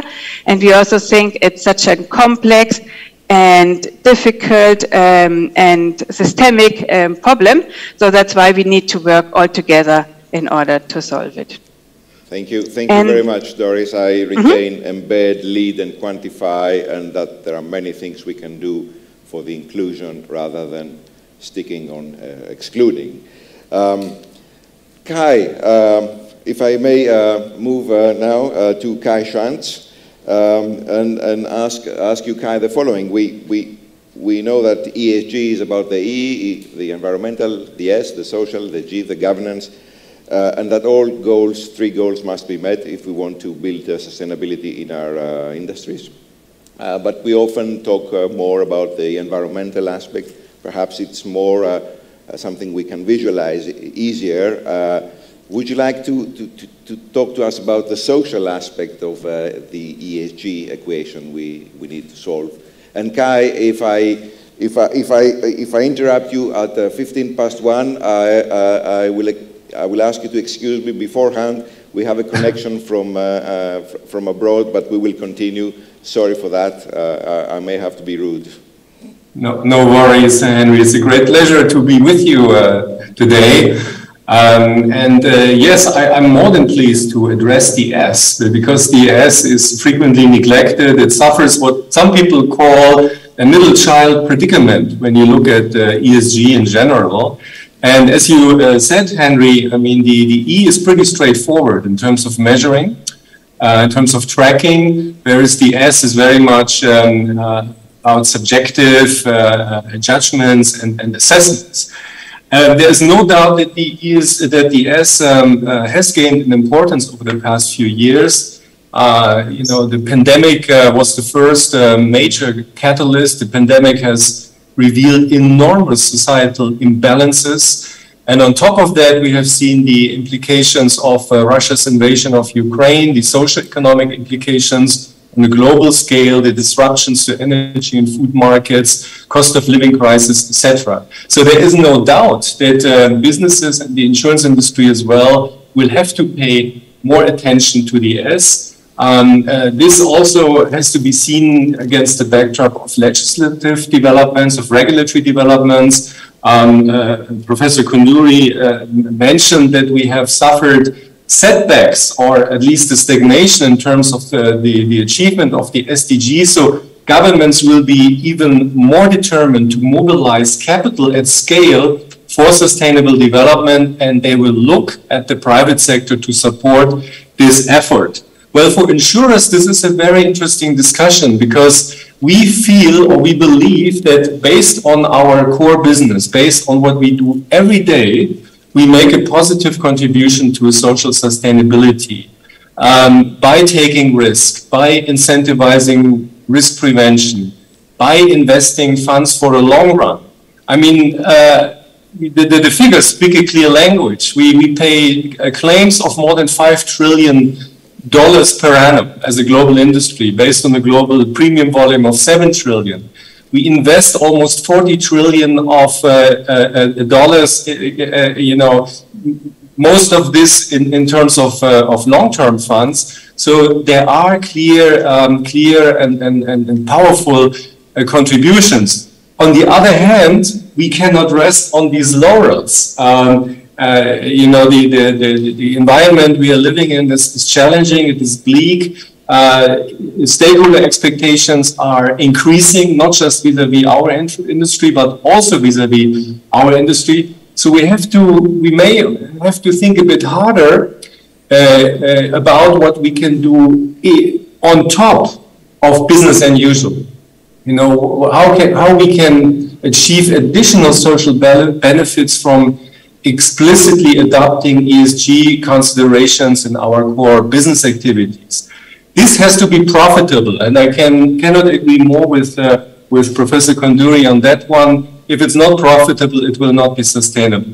So we have seen developments in the area of impact underwriting, for example, or impact investing. We may have the time later on to discuss the details. So that's the upside. As Doris mentioned, the potential downside is equally important. We have to manage the risks. The potential risks, so the reputational risk in terms of what we are doing as investors and as underwriters in order to have a fully sustainable and coherent and holistic approach to sustainability management. And let me conclude, Henry, by proposing to all of you in the room and virtual audience a three-steps approach to managing social sustainability. Very simple approach. The first step would be that you, within your companies, develop a clear picture on the positive social impacts that you are creating as of today, as part of your core business. So the inherent benefits of what you are doing on a daily basis. Try to develop a clearer understanding of these benefits and try to maximize those benefits as part of what you are doing on a daily basis. That's step number one. Step number two, it's important to protect those benefits by carefully mitigating the potentially negative impacts of your investment and underwriting decisions. If you fail on that front, you jeopardize the upside and the positive effects on social sustainability. And third, and this is very important in light of how the stakeholder environment is developing, I think we need to explore the scope for additional social benefits, benefits that are commercially viable. To give you an example, financial inclusion. We have massive gaps on that front, you know, massive protection gaps. We as an industry do not a particularly good job in terms of accessing the underserved or the unserved with affordable, with meaningful forms of coverage. So a lot more could be done, and I personally believe a lot more could be done in a commercially viable and ultimately profitable way. So let me stop here, Henry. Thank you. Thank you, Kai, so much about that. Going beyond our traditional role is perhaps, the message you are giving us, and starting by mapping our social impacts to be able to understand where we should go. I think we should interrupt now to follow the presentation or the speech of Dimitri Papalexopoulos, and we will resume the panel. I promise we are not going to be late, but let's... Okay. Well, sorry. Mr. Papalexopoulos is the chairman of the Hellenic Federation of Enterprises, and we are very glad to have him with us today. Dimitri Papalexopoulos, good afternoon. If you can listen to me, we are ready to listen to you.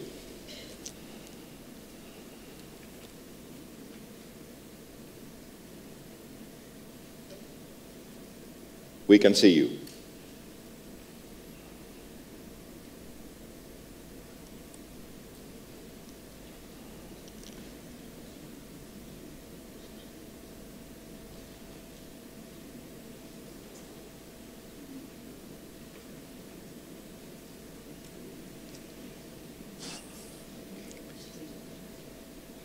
Good afternoon, Dimitri.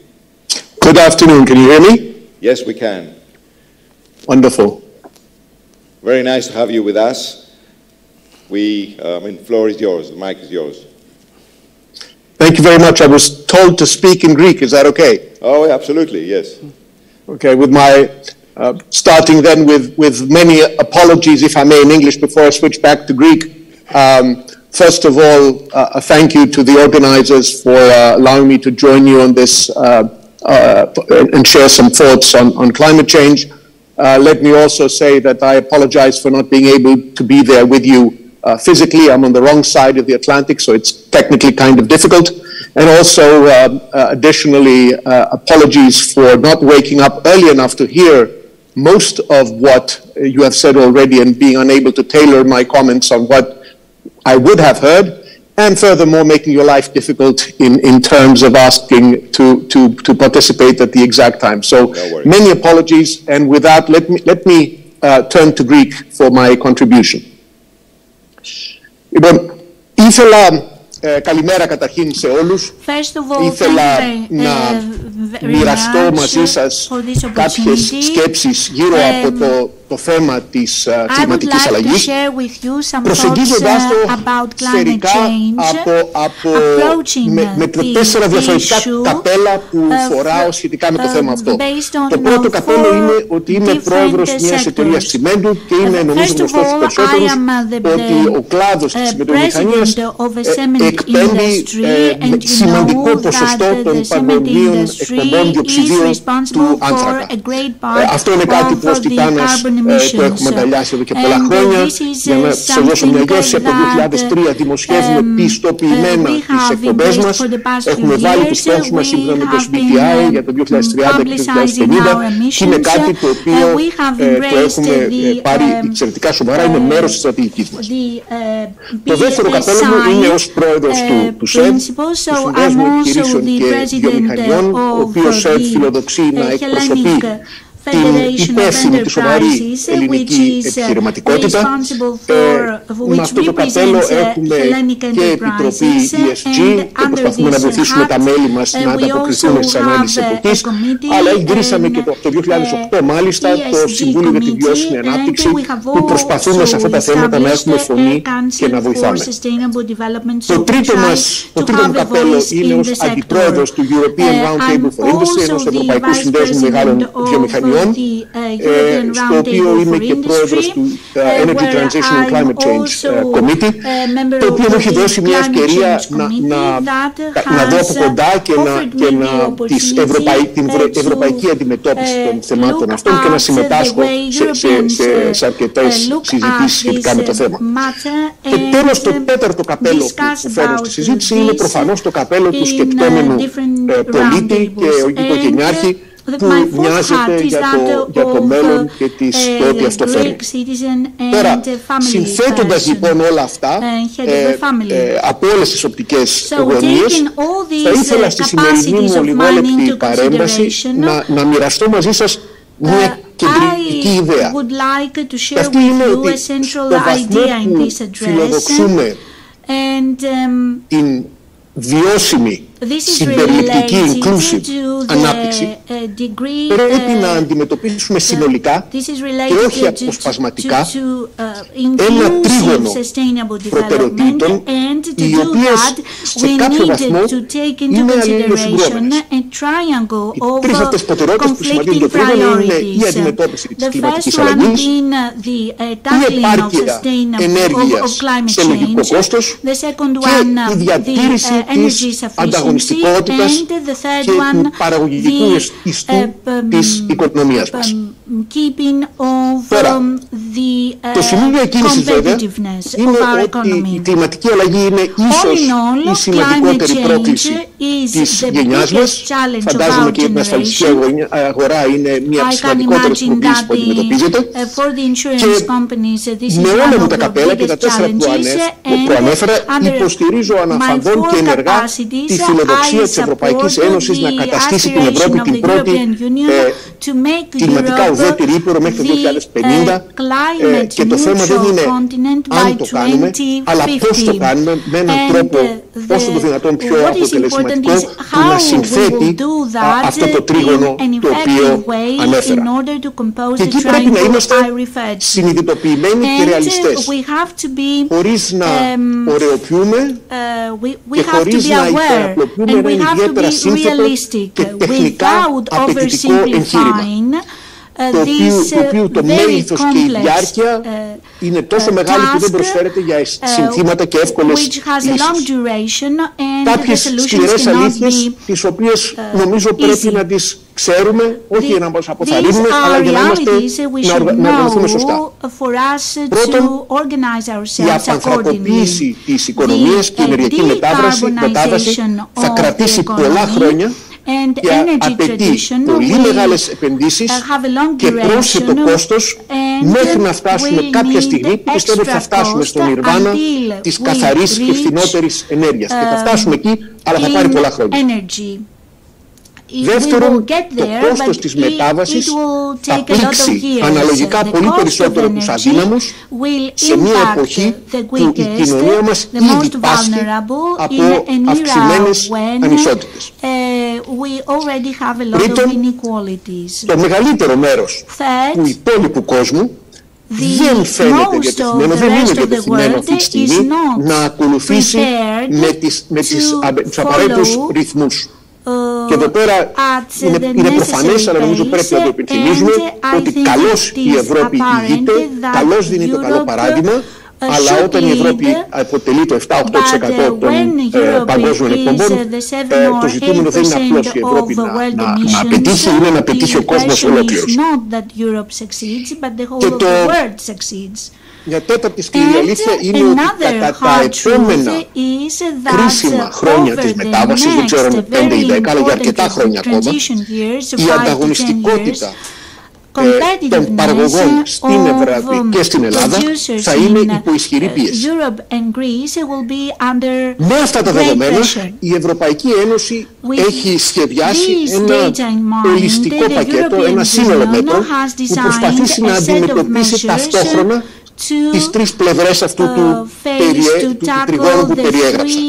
Συμπεριλαμβανομένου πέρσι του Festival πακέτου, συμπεριλαμβανομένης όλης της κανονιστικής δομής που αφορά το ESG, που μας επιτρέπει να ποσοτικοποιήσουμε κάποια πράγματα και να ξέρουμε τι μετράμε και να συμφωνήσουμε όλοι ότι μετράμε τα ίδια πράγματα και δεν ωρεοποιούμε καταστάσεις. Όλο αυτό έχει μπει μπροστά, είναι ένα εγχείρημα δύσκολο και οι ισορροπίες είναι λεπτές. Οι πρόσφατες εξελίξεις και αυτό νομίζω είναι σημαντικό, έχουν κάνει αυτές τις ισορροπίες και τις προτάσεις ακόμα πιο δύσκολες. Έχουν ανατρέψει αρκετές από τις παραδοχές στις οποίες στηρίστηκε ο σχεδιασμός της Ευρωπαϊκής Ένωσης. Πρώτον, η εισβολή στην Ουκρανία ανέδειξε πόσο ευάλωτη είναι η Ευρώπη ενεργειακά. Όχι μόνο για σήμερα, για αρκετά χρόνια ακόμα. Να δώσω ένα στοιχείο πραγματικό. Αυτή τη στιγμή εμείς ως εταιρεία έχουμε εργοστάσια και στην Ευρώπη και στην Αμερική. Πληρώνουμε 7πλάσιο κόστος ενέργειας στην Ευρώπη από ό,τι στην Αμερική. Πληρώνουμε πριν από 1-2 μήνες. Αυτά καταλαβαίνετε ότι είναι νούμερα τα οποία δεν είναι διατηρήσιμα μακροχρόνια. Δεύτερη αλλαγή. Η επιλογή των Ηνωμένων Πολιτειών να προχωρήσουν ευτυχώς προς την κατεύθυνση αντιμετώπισης του κλίματος, αλλά η απόφαση τους να το κάνουν χωρίς να βάλουν κόστος σε άνθρακα, αλλά μόνο με θετικά μέτρα, μόνο με επιδοτήσεις, μόνο με καρότα, επιτείνει την ασυμβατότητα της προσέγγισης με την Ευρώπη και κάνει τη συνεννόηση του δυτικού κόσμου, όσο μάλλον όλου του κόσμου, πολύ πιο δύσκολη. Τρίτη αλλαγή, μεγάλη πρόκληση, ότι οι γεωπολιτικές εντάσεις παγκοσμίως απομακρύνουν την πιθανότητα συντονισμένης και αποτελεσματικής δράσης σε παγκόσμιο επίπεδο, είτε μας αρέσει είτε όχι. Και τέταρτη, αν θέλετε, ανατροπή είναι ότι ο κίνδυνος ύφεσης αλλάζει προφανώς τις πολιτικές και τις οικονομικές προτεραιότητες. Αυτή τη στιγμή ήδη βρισκόμαστε σε μια οξία κρίση. Το κομμάτι της ενέργειας το γνωρίζετε όλοι, το βιώνουμε όλοι. Αυτό που είναι ίσως λιγότερο γνωστό είναι αυτό που ήδη συμβαίνει σήμερα στην ενεργοβόρο βιομηχανία της Ευρώπης, η οποία ήδη έχει μπει σε μια φάση υπαρξιακής κρίσης.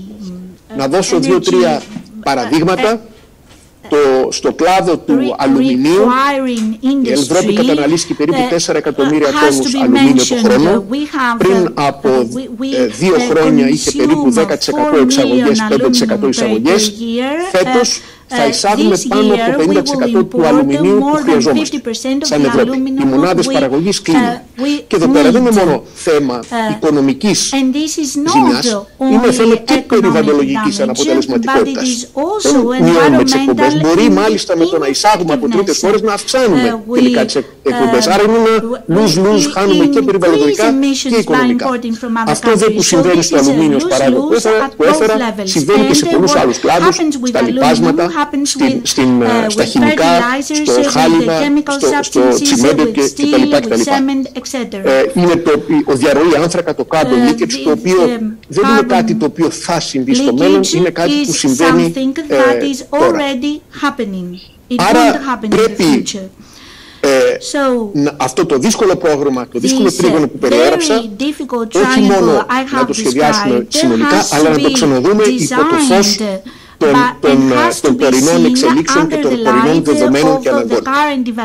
Τώρα, τελευταία σκέψη, τι σημαίνει όλο αυτό για την Ευρώπη, τι σημαίνει για την Ελλάδα, τι σημαίνει για την ασφαλιστική αγορά. Για την Ευρώπη, το πρώτο που θα έλεγα και έχει σημασία είναι ότι δεν πρέπει αυτή η κρίση, όσο και αν είναι εξία όπως την περιέγραψα, να αποτελέσει άλοθη για να εγκαταλείψουμε ή και να νερώσουμε τους φιλόδοξους στόχους μας για την κλιματική αλλαγή. Είναι ορισμένα πράγματα που πρέπει να κάνουμε, τα οποία είναι win-win και νομίζω ότι θα συμφωνήσουμε ότι για παράδειγμα το να επιταχύνουμε την μετάβαση στην πράσινη ενέργεια και να επενδύσουμε πιο γρήγορα πιο πολύ στην πράσινη ενέργεια είναι κάτι που είναι εύκολο να το δεχθούμε όλοι. Όμως, όπως ανέφερα πριν, είναι ένα πολύπλοκο συνολικό σύστημα, το οποίο δεν αρκεί να κοιτάξουμε μόνο να πιάσουμε τους εύκολους στόχους, πρέπει το τρίγωνο κλίμα, ενέργεια, ανταγωνιστικότητα να το δούμε συνολικά. Και εκεί πέρα υπάρχουν δύσκολες αποφάσεις που πρέπει να κάνουμε. Τα δεδομένα άλλαξαν, πρέπει να ξαναδούμε το μείγμα πολιτικών. Προέχει βέβαια προφανώς ο φετινός χειμώνας. Και καλώς νομίζω οι πολιτικοί μας, Ευρωπαίοι και εθνικοί και στις χώρες προτάσουν αυτό το θέμα. Όμως είναι απαραίτητο ταυτόχρονα με την αντιμετώπιση της άμεσης οξείας φάσης της κρίσης να σχεδιάσουμε και να επανασχεδιάσουμε το μακροχρόνιο θέμα, διότι τα προβλήματα όπως τα περιέγραψα και το θέμα της ενεργειακής τροφοδοσίας της Ευρώπης είναι θέμα που θα έχουμε μπροστά μας, μαζί μας για αρκετά χρόνια, όχι μόνο για το φετινό χειμώνα ή και τον επόμενο. Για την Ελλάδα, η βαθμία ελευθερίας που έχουμε είναι σχετικά μικρή, διότι οι περισσότερες αποφάσεις που αφορούν τα κρίσιμα αυτά θέματα παίρνονται σε επίπεδο Βρυξελών και συνεπώς το ζητούμενο για μας σαν χώρα είναι να προσαρμοστούμε με τον καλύτερο δυνατό τρόπο στις ευρωπαϊκές προτεραιότητες. Όμως, μέσα σε αυτά τα πλαίσια υπάρχουν αρκετά πράγματα τα οποία πρέπει και μπορούμε να κάνουμε. Πρέπει να επιταχύνουμε τη δημιουργία μιας αποτελεσματικά λειτουργούσας αγοράς ενέργειας. Εκεί έχουμε μείνει πίσω, είτε αφορά το hardware όπως διασυνδέσεις και υποδομές, είτε αφορά το software, το πώς δουλεύει δηλαδή η αγορά ενέργειας, είτε αφορά τη δομή της αγοράς ενέργειας. Έχουμε ακόμα πολλή δουλειά να κάνουμε. Πρέπει επίσης ως χώρα να κόψουμε τους γόντιους δεσμούς που μας καθυστερούν, μας φρενάρουν στις αδειοδοτήσεις για πράσινες επενδύσεις. Καταλαβαίνω ότι αυτό δεν είναι απλό και δεν είναι και μονόπλευρο θέμα. Είναι θέμα το οποίο θέτει πραγματικά δύσκολα διλήμματα, αλλά εκεί πέρα έχει σημασία δεδομένων των συνθηκών να κινηθούμε πιο γρήγορα και πιο αποτελεσματικά. Πρέπει να προστατεύσουμε τους αδυνάτους. Έχει ιδιαίτερη σημασία σε αυτή τη φάση που διανύουμε και εν ώψη της δύσκολης περίοδου που διανύουμε να κρατήσουμε κοντά μας την κοινωνία. Διότι εάν η κοινωνία στραφεί εναντίον των ενεργειών που χρειάζονται την κλιματική αλλαγή, το κόστος θα είναι πολύ μεγαλύτερο. Άρα πρέπει να σκύψουμε πάνω από τους αδυνάτους και να βρούμε τρόπο να προστατεύσουμε και τους ιδιώτες και το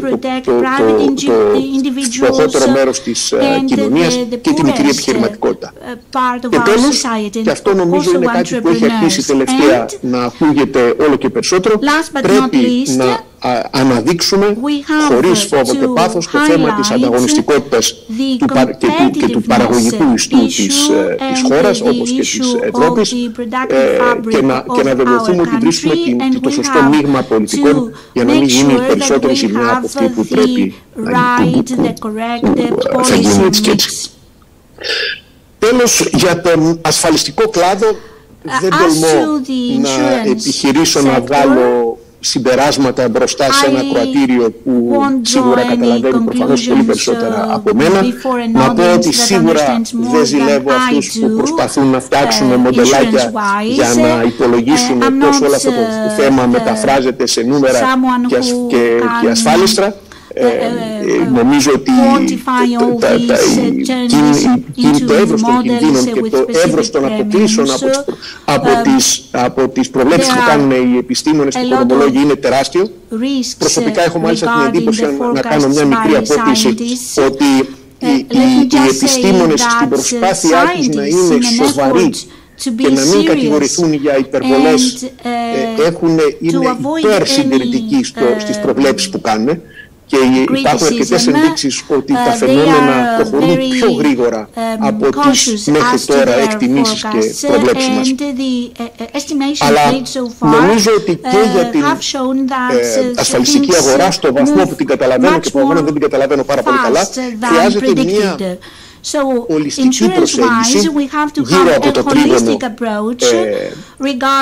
κλίμα, αλλαγή, κλίμα, ενέργεια και ανταγωνιστικότητα και προβληματίζομαι πάρα πολύ όταν ακούω τις συζητήσεις να μπαίνουν κάτω από την ταμπέλα του ESG ως με μια νοοτροπία συμμόρφωσης και αντιμετώπισης γραφειοκρατικά κάποιων πραγμάτων που πρέπει να γίνουν, αντί να υπάρχει μια προσέγγιση ολιστική και στρατηγική που να βάζει το θέμα με όλη την πολυπλοκότητα στο κέντρο μιας γενικής αντιμετώπισης και όχι μιας τυπικής συμμόρφωσης.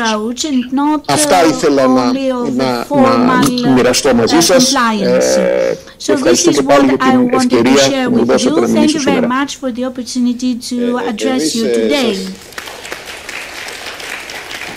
Σας ευχαριστούμε πάρα πολύ. Είναι πάρα πολύ σημαντικό να ακούμε τις προκλήσεις άλλων τομέων. Thank you very much. It's very important to listen to the views of other economy sectors other than ours, especially you with your hat of the President of SEB.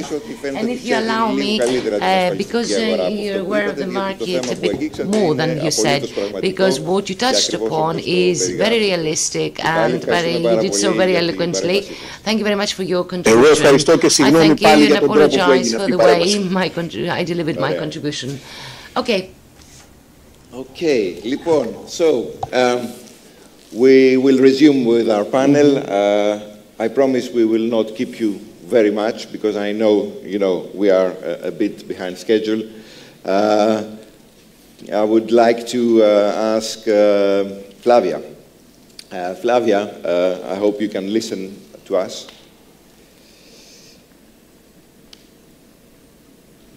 Yes, I think you're on mute. Hello? You hear me fine? Yes, okay. Hello, Flavia. Good afternoon. Flavia is the sustainability advisor with EIOPA, as I said before.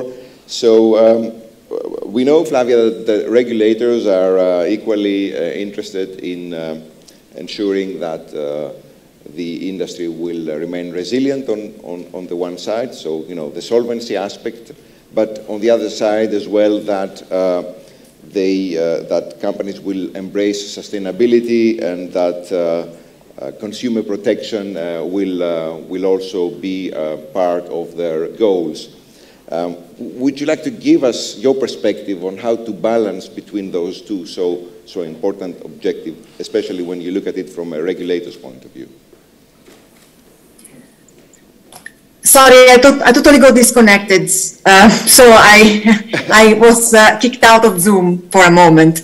Would you mind repeating the question, please? Of course. I was saying that regulators are equally concerned to see that the industry remains solvent, so that it is a resilient industry on the one side, but also that companies embrace sustainability.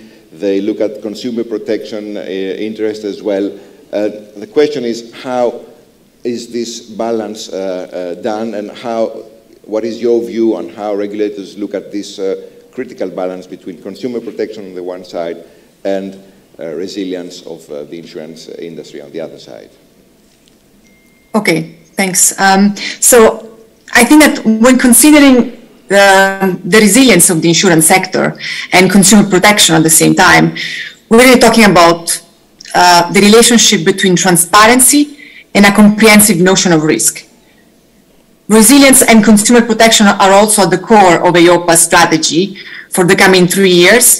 And the strategy focuses on some main points, which include sustainable finance, of course, so therefore contributing to building up sustainable insurance and pensions, including by addressing protection gaps for the benefit of citizens and businesses, and financial stability, with a particular focus on the analysis of financial sector risks, vulnerabilities, and emerging threats.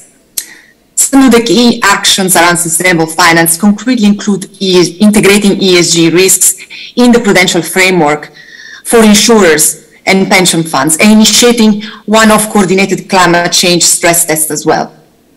So the notion of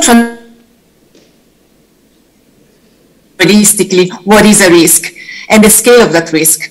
And supervisors, as you already implied, intend to ensure that they can act together at global level, because business operates across jurisdiction and risk does not know frontiers. So we need a joint and yet pragmatic approach when we're dealing with these issues. And typically when talking about transparency, people tend to get concerned about the extra cost and the new potential burden that can come from transparency as such. Bringing increased transparency on risk can be and core to its own role. And supervisors have the role to facilitate the work at industry. There is plenty of work for them to actually guide and help the insurance sector finding solutions. EIOPA is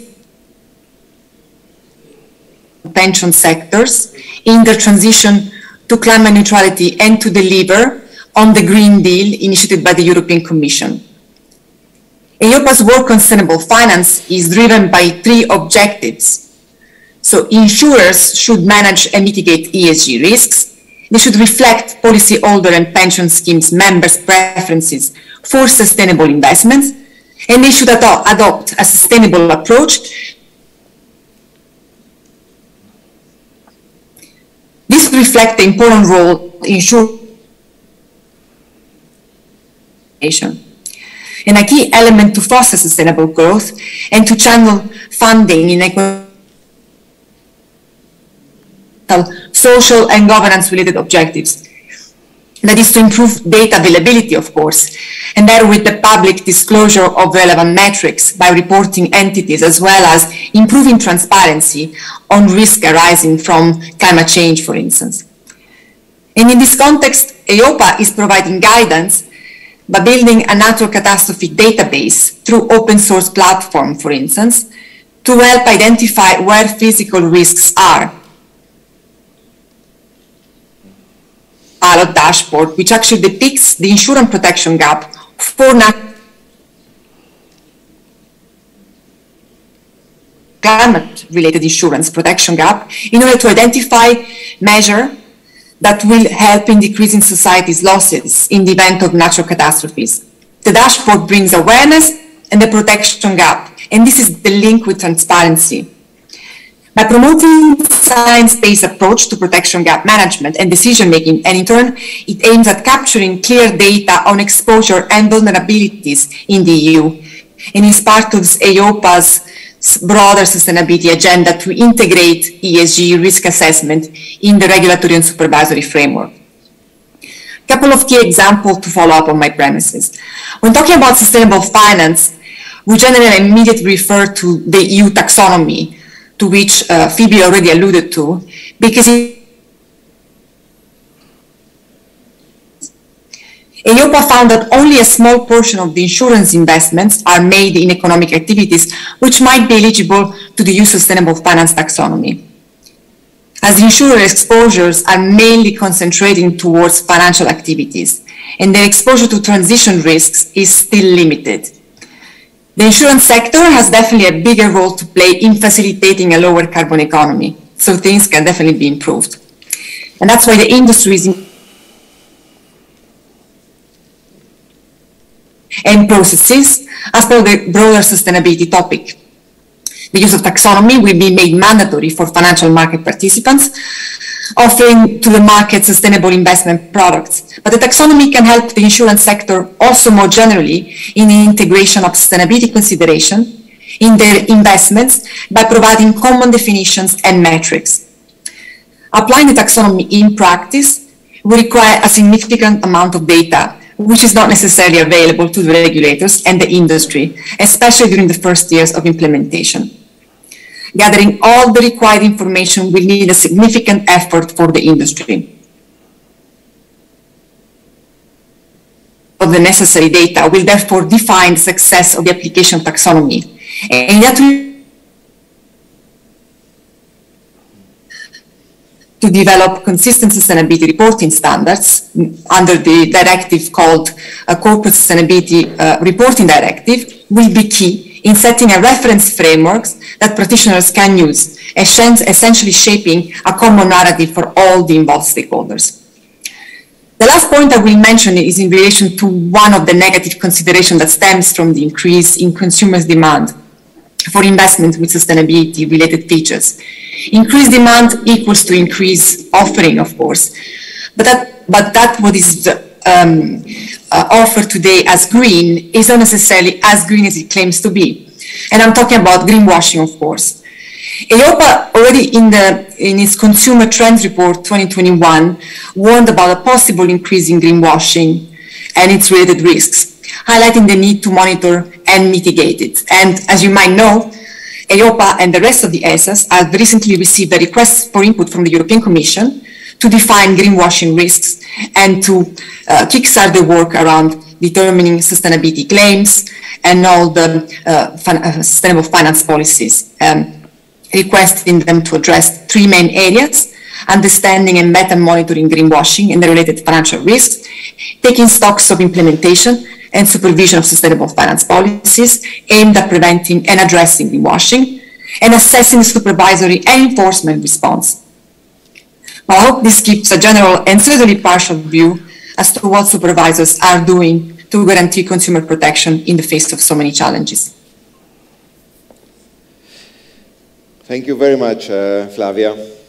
I must admit that we perhaps lost a few of the things you said because the connection was not super perfect, but I hope most of what you have told us has been heard by our audience, and I think the work being done on managing the NatCat protection gap is very important in a country, as we heard this morning by several of the speakers, where this protection gap is quite significant. So building the awareness with the help of everyone is perhaps so important. Thank you very much, Flavia. May I now move to Dora Antonakaki, who is the director of Bank of Greece's Climate Change and Sustainability Center. We know, Dora, that the Bank of Greece is very active in promoting mitigation and adaptation to climate risks. Would you like to tell us a little bit about the work that is being done by the Bank of Greece on the subject, and also if you can also tell us how we could possibly be more involved? You know that obviously we do cooperate on several projects, the Adapting GR project, which the association has signed, or key whatever. Stakeholder. The association is a key stakeholder. Even more than that. So tell us a bit of the work of Bank of Greece on the topic and how we can be more useful in the future. Sure. Thanks, Enrico. Thank you, everyone, for the opportunity to discuss here the insurance industry's role in building a more sustainable future. Indeed, at the Bank of Greece, we started quite early. We started back in 2009 working on climate and sustainability issues. We worked alongside a great team of scientists and interdisciplinary team. We've been publishing reports since 2011 on the issue. We've also worked alongside the Ministry of Environment and Energy on adaptation. We have an ongoing memorandum of cooperation with the ministry, and part of that collaboration is also culminating at the Life IP project that Enrico just mentioned. It's the Adaptive Greece project, where we are monitoring the implementation of adaptation policies in Greece, and we are looking at different sectors. One of them is also insurance. Part of this work is as well identifying key variables that will help us assess the progress of the implementation. So we are now in the process of setting up indices to help us address the progress of the adaptation policy making, but also we are looking at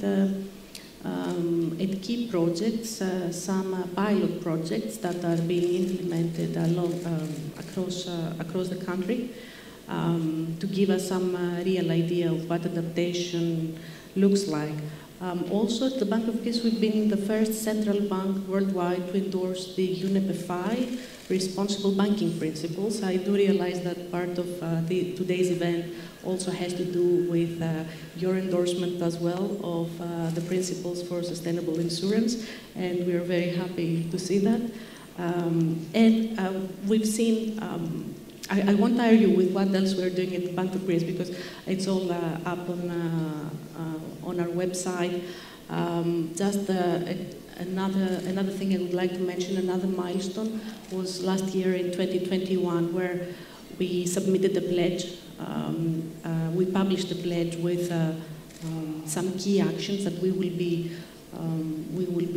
trying to implement in the years to come. They have to do with all operational aspects at the Bank of Greece, as well as our ability and our capacity, building on our capacity to be able to monitor climate and sustainability risks, to include those parameters in our macro models, to also be able to implement more and better sustainability principles in our portfolio. Coming back to the issue of collaboration, I think what we've been doing a lot of lately is communicating about the issues. We need to move beyond communication. We need to move beyond coordination. We need to move beyond cooperation. In cooperation, we all share a goal, we have a common goal, but we need to move to collaboration, which is actually shared creation. I believe that as a society, there are a lot of steps to be done towards that direction, but we are definitely in a good position. We know the insurance industry can play a very critical role in how we move to a more sustainable future. Insurers have a dual role, both as risk managers, but also as investors. And we know that we have seen, and the European Union already through its policy making has acknowledged this important role of the insurance industry in providing also incentives for risk prevention, encouraging adaptation actions through the cost of insurance. Well-designed insurance policies can drive adaptation. They can create market-based instruments that can actually discourage risky behavior. So these are all parts of the spectrum that we would like to see more on in the insurance industry. And of course, we will be, in this context, very happy to move our collaboration even further. Thank you. Very nice. Well, I think we are also keen to follow your initiatives and enter into this shared creation idea you mentioned. I'm sure the association will in future perhaps come in some kind of more regular contact so we can develop initiatives together with you. Thank you, Dora. And let me move to Philippe Angelis, who is Senior Policy Advisor at Insurance Europe. Thank you very much for being here physically today with us, Philippe. Thank you. We heard this morning, we also heard from Laura just a while ago, that about this triple role that insurance companies have to play as risk managers and advisors of clients, as obviously risk carriers, which is our main job, but also as investors. Would you like to give us the Insurance Europe perspective of this triple role that we need to play if we want to contribute to the sustainability? Of course, and I'll try not to be too long because I don't want to stand between anyone and their lunches. I've heard from experience that it's dangerous.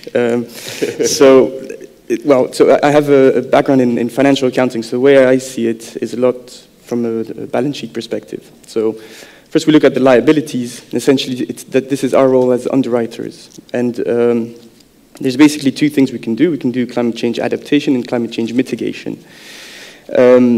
And I'm not going to speak a lot about those things. We heard a lot from our previous speakers. I think what hasn't been mentioned today is that ultimately the responsibility for climate change adaptation falls a lot on public authorities. And that doesn't mean that as an industry we don't have a responsibility to act. We have specific know-how on how to achieve those climate adaptation objectives, and we should use that know-how to help public authorities design regulation, that works effectively for our sector.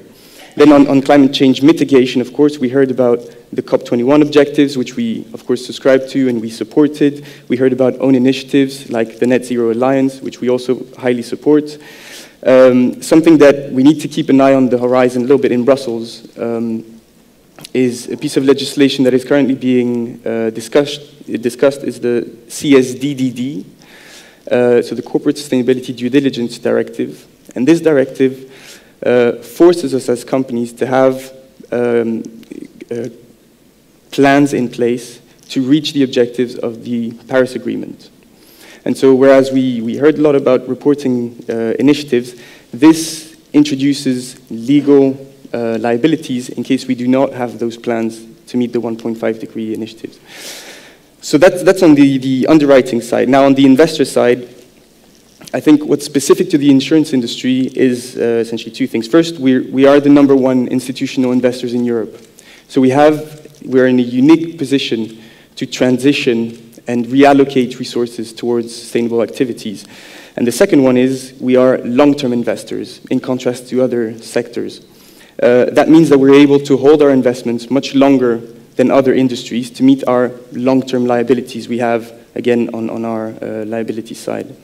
And so here again, I want to underline, because we spoke a little bit, some of the speakers mentioned some of the initiatives that happen at European level that look at building this sustainable finance framework.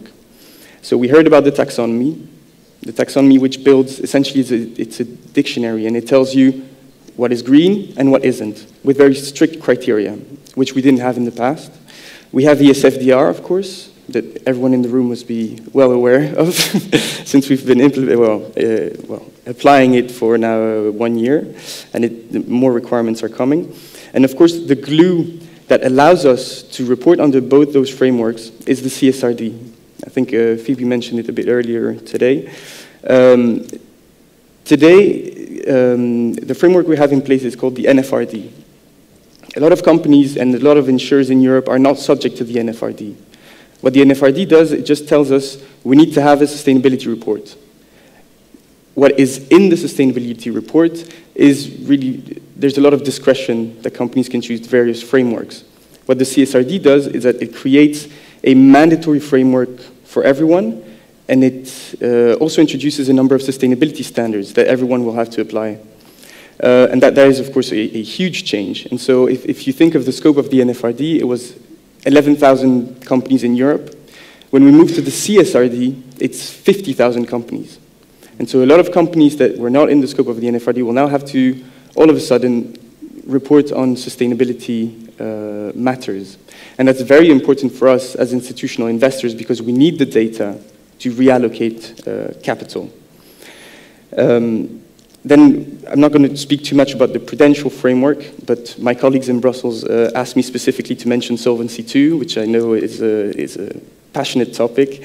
But there as well, the prudential frameworks need to be fit for us to achieve those objectives of reallocating capital and increase our investments in equities. And so, here I read from my colleagues, we need to achieve a permanent reduction in volatility and capital requirements for long-term business, which I perfectly agree with. One last piece of legislation which I want to cover and which I think is paramount in reallocating resources is the EU Green Bond Standards. And we're now arriving in the final phases in Brussels where we're negotiating in the trialogues between the Council and Parliament. The lack of green assets on the market is a significant issue, and we see this text as a key initiative to increase the number of green assets on the market and allow us to achieve our objectives in this regard. So I think that's for your first question. I think the framework of disclosures you mentioned is perhaps quite complex, especially if we look at smaller markets like this one, for example, where you have more small players than the big multinationals, which perhaps are not obliged to implement some of those regulation and disclosures, but then you create perhaps two levels of companies. So that's that is something where I think Insurance Europe can help us decode a little bit the framework and see what we can propose to our members how to implement all that complex framework of disclosures. Good. Well, I think before we close, we ought to ask the audience, who we have to thank for staying until the end of this session, for any questions to all the members of the panel which are here, whether presently or remotely. So I'm just looking to see if there is any questions that you would like to ask our speakers.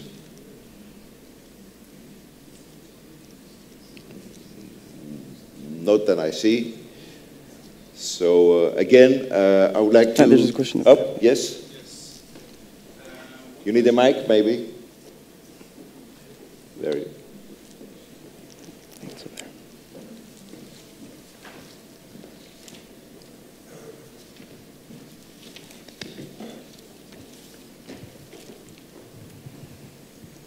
Thank you. My name is George Chrysis. I'm the CRO of NNLS2 and Sustainability Officer at NNLS2. So one question, we have discussed about the framework, the complex framework, EU framework that will lead us to net zero, being net zero as a continent in 2050. But the question, to me at least, as a risk officer, is the following. I mean, how do we make sure that that we treat all the risks that emanate from the regulation itself?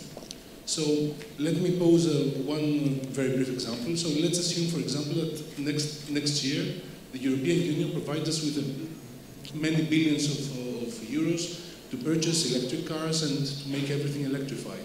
So what will happen is that there will not be a lot of cars to be produced at the price of all the renewables and the wind turbines and the solar panels will go up, while on the contrary, the carbon prices will go down a lot.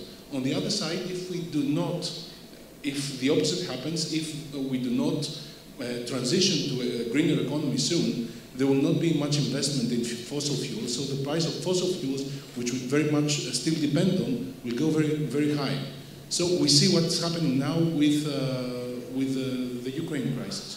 So my question is there a thermostat that the European Union can apply so that it doesn't overheat the economy in the sectors of sustainability, so on and so forth, and it doesn't cool rapidly all those, we still need the petrol, gas, fossil fuels. So this is my first question. And the second question is, are we afraid that all these disclosures in the investment products could cause the opposite effect? I mean, this year has been a very evident example of brown companies overperforming over green ones. And this is not the first time that has happened. It has happened a lot of times in the past. Now we hope that this, it has all of the necessary, we have all the necessary conditions for this to be a success, all this transition. So my question is, do we fear that flagging all the investment products, either green or not green or brown, will have the opposite effect? And what can we do to address this issue? Mm-hmm. Okay, well, I suppose, I don't know, Philippe, Kai, Flavia, I can try a short answer. Would like to say something on the questions raised? Anyone? Yeah. I'm happy to say so. Or, yeah, go ahead, please. Do you want to go? Sure. Yeah, just my short answer for that was part of the discussion we had earlier about the externalities. The quick answer to that would be then to internalize the cost, because brown companies, for example, the use of carbon has a certain cost, a cost on the society right now. If we internalize this cost through carbon pricing, for example, then of course it will be much easier to move earlier and sooner to the desired goal. Definitely there is an issue in timing. We are now aware that we are getting there, but we don't know how soon and how fast, or whether we will be there soon enough for the world to to reach the goals of the Paris Agreement. So, and that's why I referred about the complexities of all these issues. We need to move beyond the 3 C's, from communication, coordination, cooperation to collaboration, because it's an extremely complex issue and we need everyone to be working towards a shared creation. Thank you. I think on the reporting point, so what led to this situation now, where indeed we're a bit flooded by sustainability information, or at least the projects and the framework that is put in place is proposing a lot of sustainability information to be disclosed, is of course stemming from a user perspective. From a user perspective, you want consistent, comparable, and machine-readable data. What we also need to realize is that this is a brand new topic to many people. If we compare this, for example, with financial reporting took 200 years to develop. We're now trying to put a framework in place, in a mandatory framework now I'm talking. We've heard about own initiatives, but a mandatory framework in a period of 5 years. It's incredibly ambitious. And of course, we expect the market to adjust after a while.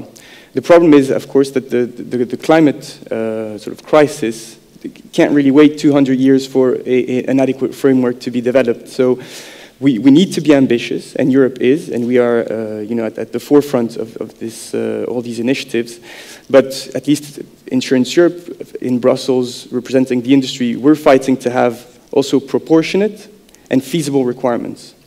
Because we fundamentally believe that having too much data on the market makes it unusable.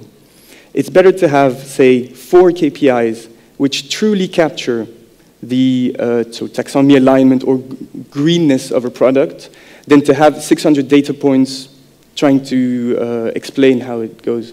So we're trying very hard, and I hear your comment and fully agree. Okay. Well, thank you very much. With this, I think we can close the day. Thank you again for being with us until the end. Thank you, Doris, Flavia, Kai, from the online, and Philippe and Dora from here. Thank you very much. Thank you. It was a pleasure.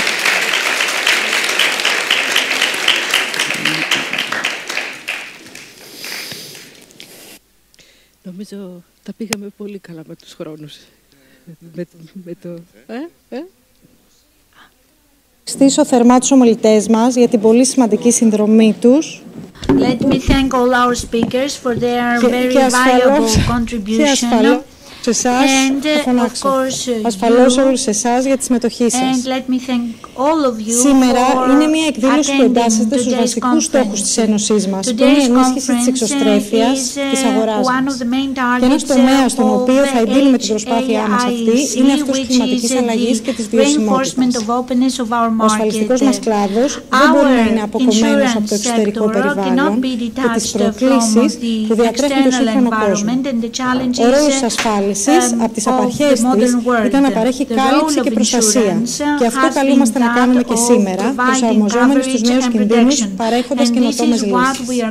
Επιδίωξή μας λοιπόν είναι να ακολουθήσουν και άλλες ανάλογες εκδηλώσεις και δράσεις, κάνοντας σαφές στους υπεύθυνους χάραξης πολιτικής και κυρίως στην κοινωνία ότι η ιδιωτική ασφάλιση μπορεί να είναι ένα ισχυρός πυλώνας προστασίας και ο οποίος δίνει δυναμικά το παρόν στην προσπάθεια αναζήτησης βιώσιμων λύσεων. Σας ευχαριστώ πάρα πολύ. Καλή συνέχεια, καλό μεσημέρι. Can be a powerful pillar of protection. Thank you very much and have a nice afternoon. Σας ευχαριστώ και εγώ για την πρόσκληση. Let me also thank you for the invitation. It was a pleasure for me to participate.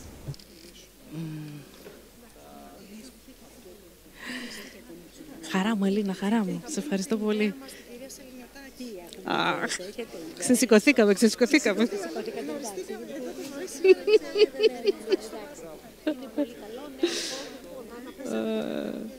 Λοιπόν, πολύ καλά, μπράβο. Εντάξει, μια χαρά πήγε, μια χαρά. Ναι, τι αλίμονο. Σε αυτές τις περιπτώσεις δεν χρειάζεται άλλο να κουράζουμε τον κόσμο. Κόψαμε, εντάξει. Ωραία. Ναι.